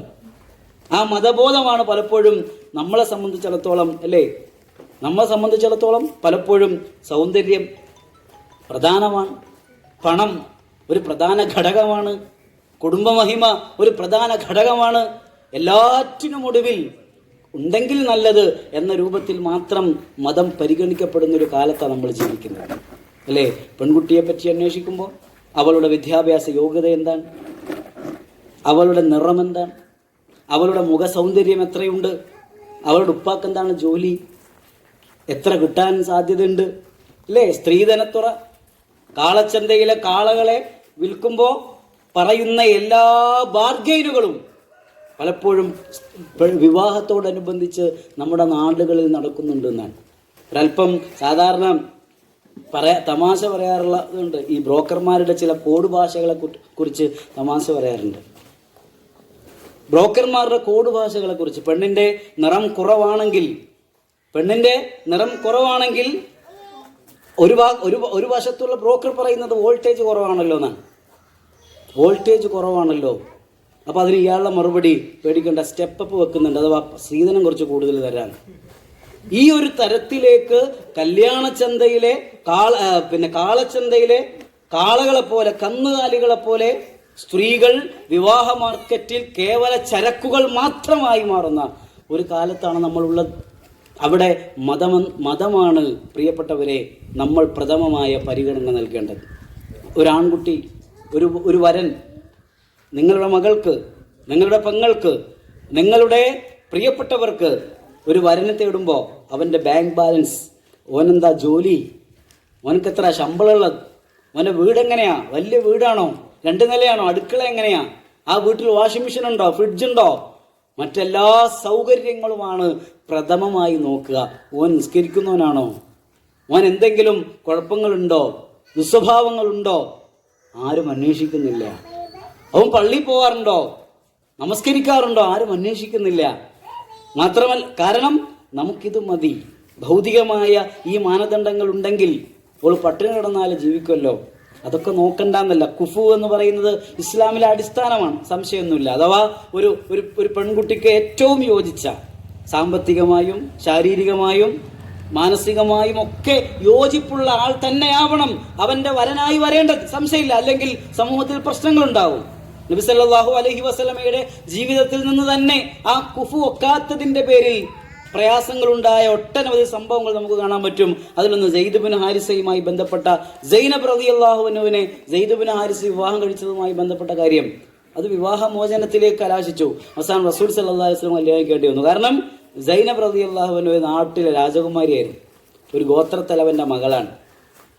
അത് കേവലം ഒരു അടിമയായ സെയ്ദ് ബിൻ ഹാരിസ നബിയുടെ വളർത്തുപുത്രനാണെങ്കിൽ പോലും വിവാഹം കഴിച്ചത് അവർക്കിടയിൽ ശരിയായ വിധത്തിലുള്ള ദാമ്പത്യ ജീവിതം നടക്കാൻ തടസ്സമായി നിന്നു. അതുകൊണ്ട് തന്നെ കുഫു വെക്കണം, സംശയമൊന്നുമില്ല. പക്ഷേ ബേസ് മതമാവണം, അടിത്തറ മതമാവണം. മതമില്ലേ വേറെ എന്തെല്ലാം ഉണ്ടായാലും, എത്ര വലിയ സമ്പത്ത് അവനുണ്ടായാലും, അവൻ ഏത് പാശ്ചാത്യ ലോകത്താണെങ്കിലും, പലപ്പോഴും പെൺകുട്ടികൾ അങ്ങനെയാണ്. പുതിയ കാലത്തെ പെൺകുട്ടികൾ, ഓൻ എവിടെയാ, ഓൻ കാനഡയിലാണ്, ഓൻ ജർമ്മനിയിലാണ്, ഓൻ ബ്രിട്ടനിലാണ്, അമേരിക്കയിലാണ്. കല്യാണം കഴിഞ്ഞാൽ ഓളെ അങ്ങോട്ട് കൊണ്ടുപോകും, ആയിക്കോട്ടെ, ചാടിക്കേറുകയാണ്. യഥാർത്ഥത്തിൽ അവൻ്റെ സ്വഭാവമാണ് അതിനേക്കാൾ അപ്പുറമായി ഒരു കുട്ടി ശ്രദ്ധിക്കേണ്ടത് എന്ന് വളരെ ഗൗരവത്തോടു കൂടി ഉണർത്താൻ. ഒരു വരന്റെ മതം നോക്കണം, വധുവിന്റെ മതം നോക്കണം. എന്തിനാണ്? കാരണം മതബോധമുള്ളവർക്ക് മാത്രമാണ് ഇസ്ലാം നിഷ്കർഷിക്കുന്നത് പോലെയുള്ള കുടുംബജീവിതം നയിക്കാൻ പറ്റൂ. കാരണം ഈ ആണും പെണ്ണും എന്ന് പറയുന്നത് വ്യത്യസ്ത ചിന്താധാരകളിലുള്ള, വ്യത്യസ്ത കുടുംബങ്ങളിൽ ജീവിച്ച, വ്യത്യസ്ത സാഹചര്യങ്ങളിൽ വളർന്നു വന്ന, വ്യത്യസ്ത മാതാപിതാക്കളുടെ മക്കളായി വളർന്നവരാണ്. അവർക്കിടയിൽ രഞ്ജിപ്പോടുകൂടി മുന്നോട്ട് പോവുക എന്നതിന് കുറെ ടാക്ടിക്സുകൾ ആവശ്യമാണ്, ഇല്ലേ? നിങ്ങൾക്കറിയാം, കല്യാണം കഴിഞ്ഞ ആൾക്കാരെന്ന നിലയിൽ നിങ്ങൾക്കറിയാം, നിങ്ങളും നിങ്ങളുടെ ഭർത്താവും തമ്മിലുള്ള അഭിപ്രായ വ്യത്യാസങ്ങളുടെ അടിസ്ഥാനം എവിടെയാണ് എന്ന് നിങ്ങൾക്കെല്ലാവർക്കും അറിയാം. ആ അഭിപ്രായ വ്യത്യാസങ്ങൾ ഒരുപക്ഷെ നമുക്ക് പരസ്പരം മനസ്സിലാക്കാൻ കഴിയാതെ പോകുന്നു എന്നതുകൊണ്ടാണ്. അപ്പോ ഈ പരസ്പരം മനസ്സിലാക്കാൻ കഴിയാതെ പോകുമ്പോഴുണ്ടാകുന്ന അല്ലറ ചില്ലറ സൗന്ദര്യ പിണക്കങ്ങൾ ടെൻഷൻ ഉണ്ടാക്കുന്നു. അത് ചില ആളുകളെ സംബന്ധിച്ചിടത്തോളം താങ്ങാൻ കഴിയാതെ വരും. അപ്പോഴാണ് അവർ ആത്മഹത്യ ചെയ്യുക. നല്ല മതബോധമുള്ളവരാണെങ്കിൽ പോലും, നല്ല മതബോധമുള്ള ആളുകളാണെങ്കിൽ പോലും, എനിക്ക് പരിചയമുണ്ട്, MGMന്റെ പ്രവർത്തനങ്ങളിൽ വളരെ സജീവമായി നിന്നിരുന്ന ഒരു പെൺകുട്ടി ആത്മഹത്യ ചെയ്തത്. കാരണം താങ്ങാൻ കഴിയാത്ത കുടുംബ പ്രശ്നങ്ങൾ അവരുടെ മനസ്സിനെ വല്ലാതെ ബാധിച്ചു എന്നതുകൊണ്ടാണ്. സ്വാഭാവികമാണ്, നല്ല മതബോധമുള്ള ആളുകൾക്ക് പോലും ചിലപ്പോൾ അറിയാതെ അവരുടെ മനസ്സ് കൈവിട്ടു പോയേക്കാം. അള്ളാഹു നമ്മളെ കാത്തുരക്ഷിക്കുമാറാവട്ടെ. ഞാൻ പറഞ്ഞത്, ഈ പരസ്പരമുള്ള മനസ്സിലാക്കലുകളിൽ അപാകതകൾ വരുമ്പോഴുണ്ടാകുന്ന സൗന്ദര്യപ്പിണക്കങ്ങൾ നാം മറികടക്കേണ്ടത് നമ്മുടെ റബ്ബിന്റെ നിയമങ്ങളും നിർദ്ദേശങ്ങളും ഉൾക്കൊണ്ടുകൊണ്ടാവണം.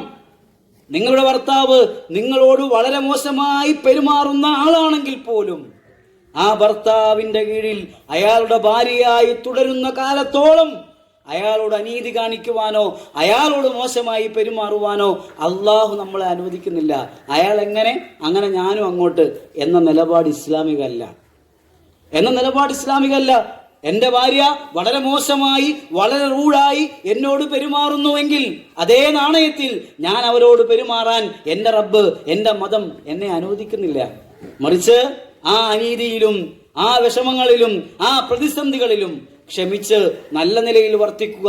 അവൾ എൻ്റെ ഭാര്യയായിരിക്കുന്നിടത്തോളം കാലം യോജിച്ചു പോകാൻ കഴിയുന്നില്ലേ, പരസ്പരം പിരിയുക. അതാണ് ഇസ്ലാം പഠിപ്പിച്ചത്. അതല്ലാതെ നിങ്ങളുടെ ഭർത്താവ് നിങ്ങളോട് മോശമായി പെരുമാറുന്നത് കൊണ്ട് ഞാനും അയാളോട് മോശമായി പെരുമാറും എന്ന തീരുമാനത്തിലേക്കല്ല ഒരു വിശ്വാസിനിയായ സ്ത്രീ എത്തേണ്ടത്. നിങ്ങൾക്ക് യോജിച്ചു പോകാൻ കഴിയുന്നില്ലെങ്കിൽ ഇസ്ലാം അതിനാണ് അവിടെ വിവാഹമോചനം അനുവദിക്കുന്നത്. ഒരു നിലക്കും യോജിച്ചു പോകാൻ കഴിയുന്നില്ലെങ്കിൽ. പക്ഷേ ഇന്ന് ആ വിവാഹമോചനം പോലും ദുരുപയോഗപ്പെടുത്തപ്പെടുന്നുണ്ടോ എന്നത് നമ്മൾ ആലോചിക്കണം. അത് വേറൊരു വിഷയം. പലപ്പോഴും നിസ്സാരമായ കാര്യങ്ങൾക്ക് പോലും വിവാഹമോചനങ്ങൾ നമ്മുടെ നാട്ടിൽ വളരെ ശക്തമായി നടക്കുന്നു, ധാരാളം നടക്കുന്നു. അതൊരു മറ്റൊരു വിഷയമാണ്. ഞാൻ പറഞ്ഞത് മതബോധമാവണം. കുടുംബജീവിതത്തിന്റെ കാതൽ, കുടുംബജീവിതത്തിന്റെ പ്രമാണം. അല്ലെങ്കിലോ പ്രശ്നമാണ്. കൂടുമ്പോൾ ഇമ്പമുണ്ടാകേണ്ട കുടുംബം കൂടുമ്പോൾ ഭൂകമ്പമുള്ളതായി മാറും. അവിടെ ഒരു സ്വസ്ഥത ഉണ്ടാവില്ല, സമാധാനം ഉണ്ടാവില്ല. പരസ്പരം സ്നേഹമില്ലാത്തതിനാൽ ഇപ്പോൾ പരസ്പരം സ്നേഹം ഉണ്ടാവണം. റസൂൽ സല്ലല്ലാഹു അലൈഹി വസല്ലം ഭാര്യയോട് പറഞ്ഞു, ആരാണ് നിന്റെ ഭർത്താവ്? ഭർത്താവ് എന്ന് പറഞ്ഞാൽ ആരാണ്?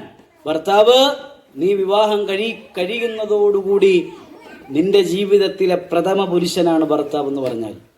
ആ ഭർത്താവിന്റെ അനുവാദമില്ലാതെ നിന്റെ ഉപ്പയെപ്പോലും നിന്റെ വീട്ടിലേക്ക്, അയാളുടെ വീട്ടിലേക്ക് പ്രവേശിപ്പിക്കുവാൻ പാടില്ല എന്ന് റസൂൽ സല്ലല്ലാഹു അലൈഹി വസല്ലം പറഞ്ഞത് ഭർത്താവിന്റെ സ്ഥാനം അത്ര മഹത്തരമാണ് എന്നതുകൊണ്ടാണ്.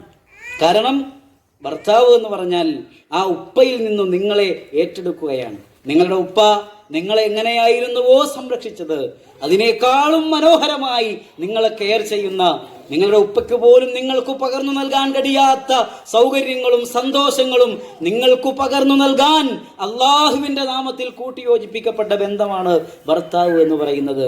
ആ ഭർത്താവിനോട് മാന്യമായി പെരുമാറുകയും ആ ഭർത്താവിനെ സന്തോഷിപ്പിക്കുകയും ചെയ്യേണ്ടത് ഒരു ഭാര്യയുടെ ഉത്തരവാദിത്തമാണ്. തിരിച്ചും അഥവാ ഭാര്യയെ സന്തോഷിപ്പിക്കേണ്ടത്, ഭാര്യയുടെ ആവശ്യങ്ങൾ നിർവഹിക്കേണ്ടത്, അവളെ കെയർ ചെയ്യേണ്ടത്, അവളുടെ വിഷമതകൾ കേൾക്കേണ്ടത്, അവളെ ആശ്വസിപ്പിക്കേണ്ടത് ഒരു ഭർത്താവിന്റെ ചുമതലയാണ്, യാതൊരു സംശയവുമില്ല. അതേപോലെ ഭാര്യയുടെ ചുമതലയാണ് ഭർത്താവിനെ നോക്കുക എന്ന് പറയുന്നത്, അയാളെ സന്തോഷിപ്പിക്കുക എന്നത്. അതുകൊണ്ടാണ് നബി പറഞ്ഞത്, നിങ്ങൾ മരിക്കുമ്പോൾ നിങ്ങളുടെ ഭർത്താവിന് നിങ്ങളെപ്പറ്റി തൃപ്തിയുണ്ടെങ്കിൽ അത് മതി നിങ്ങൾക്ക് സ്വർഗത്തിലെത്താൻ. നോക്കൂ, നിങ്ങളുടെ ഭർത്താവിന് നിങ്ങളെക്കുറിച്ച് സംതൃപ്തിയോടുകൂടിയാണ് നിങ്ങൾ അള്ളാഹുവിന്റെ അരികിലേക്ക് യാത്രയാകുന്നതെങ്കിൽ അത് മതി നിങ്ങൾക്ക് അള്ളാഹുവിന്റെ സ്വർഗം നേടിയെടുക്കാൻ എന്നാണ് റസൂലുള്ളാഹി പറഞ്ഞത്. അള്ളാഹു അല്ലാത്ത ആരുടെയെങ്കിലും മുമ്പിൽ സുജൂദ് ചെയ്യാൻ ഞാൻ കൽപ്പിക്കുമായിരുന്നുവെങ്കിൽ സ്ത്രീകളോട് പറയും ഭർത്താവിന്റെ മുമ്പിൽ സുജൂദ് ചെയ്യാൻ. അത്രയും ബന്ധമാണ്. ഭർത്താവിനോട് എന്താ റസൂലുള്ളാഹി പറഞ്ഞത്? നിങ്ങളിൽ ഏറ്റവും നല്ല ആളാരാണ്? നിങ്ങളിൽ ഏറ്റവും നല്ല ആള് സാമൂഹ്യക്ഷേമ പ്രവർത്തനങ്ങൾ നടത്തി സമൂഹത്തിൽ ഏറ്റവും നല്ല പേര് നേടിയ ആളാണോ എന്നാണോ റസൂലുള്ളാഹി പറഞ്ഞത്? അല്ല. ഒരു തെരഞ്ഞെടുപ്പിന് നിൽക്കുമ്പോ ഏറ്റവും കൂടുതൽ വോട്ട് നേടിയ ആൾ അയാളാണ് നിങ്ങളിൽ ഏറ്റവും നല്ല മനുഷ്യൻ എന്നാണോ റസൂൽ പറഞ്ഞത്? അല്ല. നബി പറഞ്ഞത് ഖിയാറുക്കും ലിനിസായിക്കും, ഭാര്യമാരോട് ഏറ്റവും നന്നായി പെരുമാറുന്നവർ, ഭാര്യമാരോട് ഏറ്റവും നന്നായി പെരുമാറുന്നവരാരോ അവരാണ് ഏറ്റവും നല്ല മനുഷ്യൻ എന്ന് റസൂലുള്ളാഹി സ്വല്ലല്ലാഹു അലൈഹി വസല്ലം. നബി അങ്ങനെയായിരുന്നു, അല്ലാഹുവിന്റെ റസൂൽ അങ്ങനെയായിരുന്നു. എല്ലാവരോടും ഏറ്റവും മാന്യമായി പെരുമാറിയ പ്രവാചകൻ. തന്റെ ഭാര്യമാരോട് ഒരിക്കൽ നബിയോട് ചോദിച്ചു, നബി നിങ്ങൾക്ക് ഏറ്റവും ഇഷ്ടമുള്ളത് എന്താണ്? അപ്പൊ നബി പറഞ്ഞത്, എനിക്ക് ഏറ്റവും ഇഷ്ടമുള്ളത് എൻ്റെ ഭാര്യമാരെയാണെന്നാണ്. എനിക്ക് ഏറ്റവും പ്രിയം എൻ്റെ ഭാര്യമാരോടാണ്. അത് തുറന്നു പറയാൻ അള്ളാഹുവിൻ്റെ റസൂലിന് മടിയുണ്ടായിരുന്നില്ല. ഒരിക്കൽ നബിയോട് ചോദിച്ചു, നബിയെ അങ്ങക്ക് ഏറ്റവും ഇഷ്ടമുള്ള ആളാരാണ്? നബി പറഞ്ഞു, ആയിഷയാണ്. ആയിഷയാണ് എനിക്ക് ഏറ്റവും ഇഷ്ടമുള്ള ആള്. അപ്പൊ സഹാബി തിരികെ ചോദിച്ചു, നബിയെ ചോദിച്ച ചോദ്യം ഇതാണ്, പുരുഷന്മാരിൽ ആരെയാണ്? നബി പറഞ്ഞു, അബൂഹ, അവളുടെ ഉപ്പ അബൂബക്കറിനെയാണ്, അവളുടെ പിതാവ് അബൂബക്കറിനെയാണ്. അഥവാ റസൂൽ സല്ലല്ലാഹു അലൈഹി വസല്ലമയുടെ ജീവിതത്തിൽ നബിക്ക് ഏറ്റവും ഇഷ്ടമുള്ള ആളാരാണെന്ന് ചോദിച്ചാൽ പരസ്യമായി പറയാൻ നബിക്ക് ഒട്ടും മടിയുണ്ടായിരുന്നില്ല, അതെന്റെ ഭാര്യ ആയിഷയായിരുന്നു എന്ന്. അപ്പൊ അതുകൊണ്ട് നമ്മെ സംബന്ധിച്ചിടത്തോളവും കുടുംബജീവിതം നയിക്കുന്ന നമുക്ക് ഏറ്റവും പ്രിയപ്പെട്ടത് നമ്മുടെ ഭാര്യയാവണം, ഏറ്റവും പ്രിയപ്പെട്ടത് നമ്മുടെ ഭർത്താവണം. അതിനാണ് ഇസ്ലാം നിങ്ങളുടെ ഇണകളായി ഭാര്യാഭർത്തൃ ജീവിതം ആരംഭിക്കുമ്പോൾ നിങ്ങളുടെ മനസ്സിലേക്ക് അള്ളാഹു ഇട്ടുതരുന്ന റഹ്മത്തിനെ കുറിച്ച്, മവദ്ദത്തിനെ കുറിച്ച് ഖുർആൻ പറഞ്ഞത്. ഞാൻ ആമുഖമായി ഓതി വെച്ച വാചനം അതാണ്. ومن آياته أن خلق لكم من أنفسكم أزواجا لتسكنوا إليها وجعل بينكم مودة ورحمة إن في ذلك لآيات لقوم يتفكرون. വലിയ ദൃഷ്ടാന്താണ് മനുഷ്യനിൽ നിന്ന് തന്നെയുള്ള ഇണകളെ അള്ളാഹു ഉണ്ടാക്കി തന്നത്. മനുഷ്യനെ പോലെ ചിന്തിക്കുന്ന, മനുഷ്യനെ പോലെ എന്നെ പോലെ വികാര വിചാരങ്ങളുള്ളവളാണ് എൻ്റെ ഭാര്യ എന്ന് നീ ചിന്തിക്കണമെന്നാണ് ആയത്ത് എന്നോട് പറയുന്നത്. നിങ്ങളെപ്പോലെ വികാര വിചാരങ്ങളുള്ള, മൂഡ് സ്വിങ്ങുകളുള്ള ആളാണ് നിങ്ങളുടെ ഭർത്താവ് എന്നാണ് ഖുർആൻ നിങ്ങളോട് പറയുന്നത്. അത് പരിഗണിക്കണം. കുടുംബജീവിതത്തിൽ ഈ ഒരു ആശയം നിങ്ങൾ പരിഗണിക്കണം. നിങ്ങളൊപ്പമുള്ള ആളാരാ? അയാൾ കല്ലല്ല. നിങ്ങൾ പറയുന്ന കുത്തുവാക്കുകൾ കേട്ട് മനസ്സ് നൊമ്പരപ്പെടാത്ത ഒരാളല്ല നിങ്ങളുടെ ഭർത്താവെന്ന് നിങ്ങൾ അറിയണമെന്നാണ് ഖുർആൻ പറഞ്ഞത്. നിങ്ങൾ കുത്തുവാക്കുകൾ പറയുമ്പോൾ അയാളുടെ കണ്ണിൽ നിന്നൊരു പക്ഷേ കണ്ണുനീർ വരണമെന്നില്ല. അയാൾ നിങ്ങൾ ഒരു പക്ഷെ ചീത്ത പറയണമെന്നില്ല. എല്ലാം കേട്ടും എല്ലാം സഹിച്ചും. ഇല്ലേ, ഇന്നലെയാണ് ഒരു മനുഷ്യൻ ആത്മഹത്യ ചെയ്തത്. അയാളുടെ അച്ഛന് കത്തെഴുതി വെച്ചു, അച്ഛാ നിങ്ങൾ എന്നോട് ക്ഷമിക്കണം, എൻ്റെ ഭാര്യയിൽ നിന്ന് എനിക്ക് സഹിക്കാൻ വയ്യാത്ത പീഡനങ്ങളാണ്, ഞാൻ പോവാൻ. ആത്മഹത്യ. അതിൻ്റെ താഴെ വന്ന കുറേ കമൻറ്റുകൾ, എനിക്ക് സംഭവം സങ്കടകരമായൊരു കാര്യമാണെങ്കിലും ആ കമൻറ്റുകൾ കണ്ടപ്പോൾ പുരുഷന്മാർക്കും ഒരു സ്ത്രീകൾക്കുള്ളതുപോലെ തന്നെ പുരുഷന്മാർക്കും എന്ത് വേണം, കമ്മിറ്റികൾ ഉണ്ടാവണം എന്ന ആവശ്യം പുരുഷന്മാരിങ്ങനെ പറയാൻ. കാരണം പെണ്ണുങ്ങൾ സഹിക്കാൻ പറ്റുന്നില്ല എന്നാണ്, ഭാര്യമാരെ സഹിക്കാൻ പറ്റുന്നില്ല എന്നാണ്. ഞാൻ എപ്പോഴും പറയുന്ന ഒരു തമാശയുണ്ട്. ഒരു ചങ്ങാതി അയാളുടെ പോക്കറ്റിൽ ഭാര്യയുടെ ഫോട്ടോ വെച്ചു. ഇത് കണ്ടിട്ട് അയാളുടെ സുഹൃത്ത് ചോദിച്ചത്ര, നിനക്ക് അത്ര ഇഷ്ടമാണല്ലേ അവളോടെന്ന്, നിനക്ക് അത്ര ഇഷ്ടമാണല്ലേ നിന്റെ ഭാര്യയോടെന്ന്. അപ്പം അയാൾ പറഞ്ഞ മറുപടി ഉണ്ട്, എനിക്ക് അവളോട് അത്ര ഇഷ്ടമായത് കൊണ്ടല്ല, എൻ്റെ ഏതു പ്രശ്നവും ഈ ഫോട്ടോ നോക്കിയാൽ പരിഹാരമാണ്, സമാധാനം ഉണ്ടാവും. എന്താ കാരണം, ഈ ഫോട്ടോ നോക്കുമ്പോൾ ഇവളേക്കാൾ വലിയ പ്രശ്നമൊന്നുമല്ലല്ലോ ഇപ്പം എനിക്കുണ്ടായത് എന്ന് അയാൾക്ക് തോന്നി. ഞാൻ ആശ്വസിക്കുന്ന ഇതൊരു തമാശയാണെങ്കിൽ പോലും ഒരു വാസ്തവം അതിലുണ്ട് എന്ന് നിങ്ങളാരും നിഷേധിക്കുമെന്ന് എനിക്ക് തോന്നുന്നില്ല. കാരണം കല്യാണം കഴിയുന്നതോടുകൂടി ഉള്ള സമാധാനം കൂടി മനുഷ്യന് നഷ്ടമാകുന്ന ഒരവസ്ഥാവിശേഷത്തിലേക്ക് എത്താൻ പല കാരണങ്ങളുണ്ട്.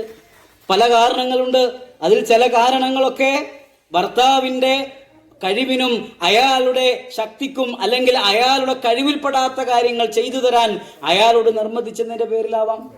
അല്ലേ, പലപ്പോഴും പുതിയ തലമുറയിലെ കുട്ടികൾ ഭാര്യാഭർത്തൃ ജീവിതത്തിലെ ഏറ്റവും വലിയ പ്രശ്നമായി പറയുന്നത് എന്താ, അയാൾ എന്നെ പുറത്തു കൊണ്ടുപോകുന്നില്ല എന്നാണ്. അയാൾ എന്നെ എവിടെയും പുറത്തേക്ക് കൊണ്ടുപോകണില്ല, എന്നെ ഞാൻ ആഗ്രഹിക്കുന്നിടത്തേക്കൊന്നും എന്നെ അവർ കൊണ്ടുപോകുന്നില്ല എന്നാണ്. അപ്പോൾ പലതരത്തിലുള്ള പ്രശ്നങ്ങൾ. ഈ പ്രശ്നങ്ങൾക്കൊക്കെയുള്ള പരിഹാരം എന്താ? ഈ പ്രശ്നങ്ങൾക്കൊക്കെയുള്ള പരിഹാരം എങ്ങനെയാണ് ഒരു മനുഷ്യൻ ജീവിക്കേണ്ടത് എന്ന അള്ളാഹുവിൻ്റെയും അവൻ്റെ റസൂലിൻ്റെയും നിർദ്ദേശങ്ങൾ അംഗീകരിച്ച് ജീവിക്കുക എന്നുള്ളത് മാത്രമാണ്. അങ്ങനെ ജീവിക്കണമെങ്കിൽ ഈമാനുള്ളവരാവണം വരനും വധുവും. ഈമാനുള്ളവരാവണം, സൽസ്വഭാവികളാവണം, മതബോധമുള്ളവരാവണം, പടച്ചവനെ പേടിക്കുന്നവരാവണം. അല്ലാത്തിടത്തോളം ഈ പ്രശ്നങ്ങൾ രൂക്ഷമായി മാറിക്കൊണ്ടേയിരിക്കും എന്നതാണ് സത്യം. അതുകൊണ്ട് ഭർത്താക്കന്മാരോടുള്ള നമ്മുടെ നിലപാടിൽ, ഭർത്താക്കന്മാരോടുള്ള നമ്മുടെ ഇടപെടലിൽ നബി പറഞ്ഞത്, നല്ല ഭാര്യ ആരാണ്? ഭർത്താവ് നോക്കുമ്പോൾ അയാൾക്ക് സന്തോഷം തോന്നണമെന്നാണ്. ഭർത്താവ് നോക്കുമ്പോൾ അയാളുടെ ചുണ്ടിൽ ഒരു പുഞ്ചിരി വിരിയും വിധം സന്തോഷം പകരുന്നവളാണ് നല്ല ഭാര്യ, കൺകുളിർമ നൽകുന്ന ഭാര്യ. അങ്ങനെയുള്ള ഭാര്യമാരാവാൻ നമുക്ക് കഴിയണം. നമ്മുടെ ഭർത്താവണം നമ്മുടെ ജീവിതത്തിൽ ഏറ്റവും വലിയ ആൾ, ഏറ്റവും വലിയ സ്നേഹം നാം നൽകേണ്ടയാൾ നമ്മുടെ ഭർത്താവാണ്. കാരണം അല്ലാഹു സുബ്ഹാനഹു വ തആലയുടെ നാമത്തിൽ ബിസ്മില്ല ചൊല്ലി നിങ്ങളുടെ പിതാവ് നിങ്ങളെ ഏൽപ്പിച്ചു കൊടുത്ത നിങ്ങളുടെ നാഥൻ, കുടുംബനാഥനാണ് ഭർത്താവ് എന്ന് പറയുന്നത്. അത് ചെറിയ ഒരു ഉത്തരവാദിത്തമല്ല.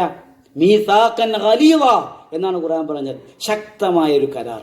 ആ കരാറിന്റെ അടിസ്ഥാനത്തിലാണ് നിങ്ങൾ പരസ്പരം രണ്ട് ധ്രുവത്തിലുണ്ടായിരുന്നവർ, രണ്ട് വീടുകളിൽ പാർത്തവർ, രണ്ടു രക്ഷിതാക്കളുടെ മക്കളായി ജനിച്ചവർ ഒരൊറ്റ കുടുംബമായി ഒരു റൂമിലേക്ക് വരുന്നത്, ഒന്നാകുന്നത് അള്ളാഹുവിന്റെ നാമത്തിലാണ്. അതുകൊണ്ട് തന്നെ ഈ കാര്യത്തിൽ ശ്രദ്ധയുണ്ടാവണം എന്നാണ് റസൂലുള്ളാഹി സ്വല്ലല്ലാഹു അലൈഹി വസല്ലം പറഞ്ഞത്. അപ്പോൾ നമ്മുടെ ഭർത്താക്കന്മാർ അവർ വീട്ടിലേക്ക് കയറി വരുമ്പോൾ അവരെ പരിഗണിക്കാൻ നമുക്ക് കഴിയണം. പരാതികൾ പറഞ്ഞ് അല്ലേ, എപ്പോഴും ഇങ്ങനെ പരാതികൾ പറഞ്ഞ അയാളെ പ്രയാസപ്പെടുത്തുക, എപ്പോഴും പരാതി പറഞ്ഞ അയാളെ പ്രയാസപ്പെടുത്തുക ഒരിക്കലും ഒരു വിശ്വാസിനിയെ സംബന്ധിച്ചിടത്തോളം യോജിച്ചതല്ല.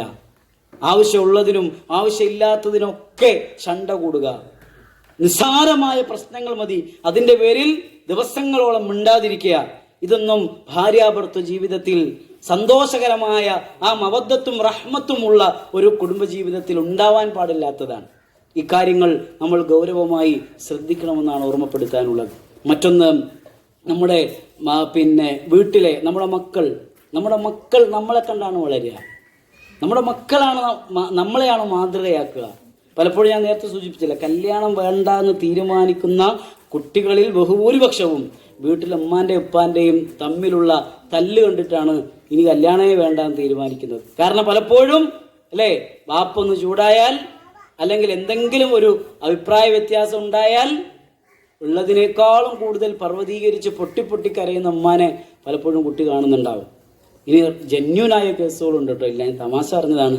വളരെ ജെന്യൂനായ കേസുകളും ഭർത്താക്കന്മാരുടെ പീഡനങ്ങൾ സഹിക്കവയ്യാതെ സഹിച്ച് ജീവിക്കുന്ന ഒരുപാട് സഹോദരിമാർ നമ്മുടെയൊക്കെ ചുറ്റുഭാഗത്തുണ്ട്.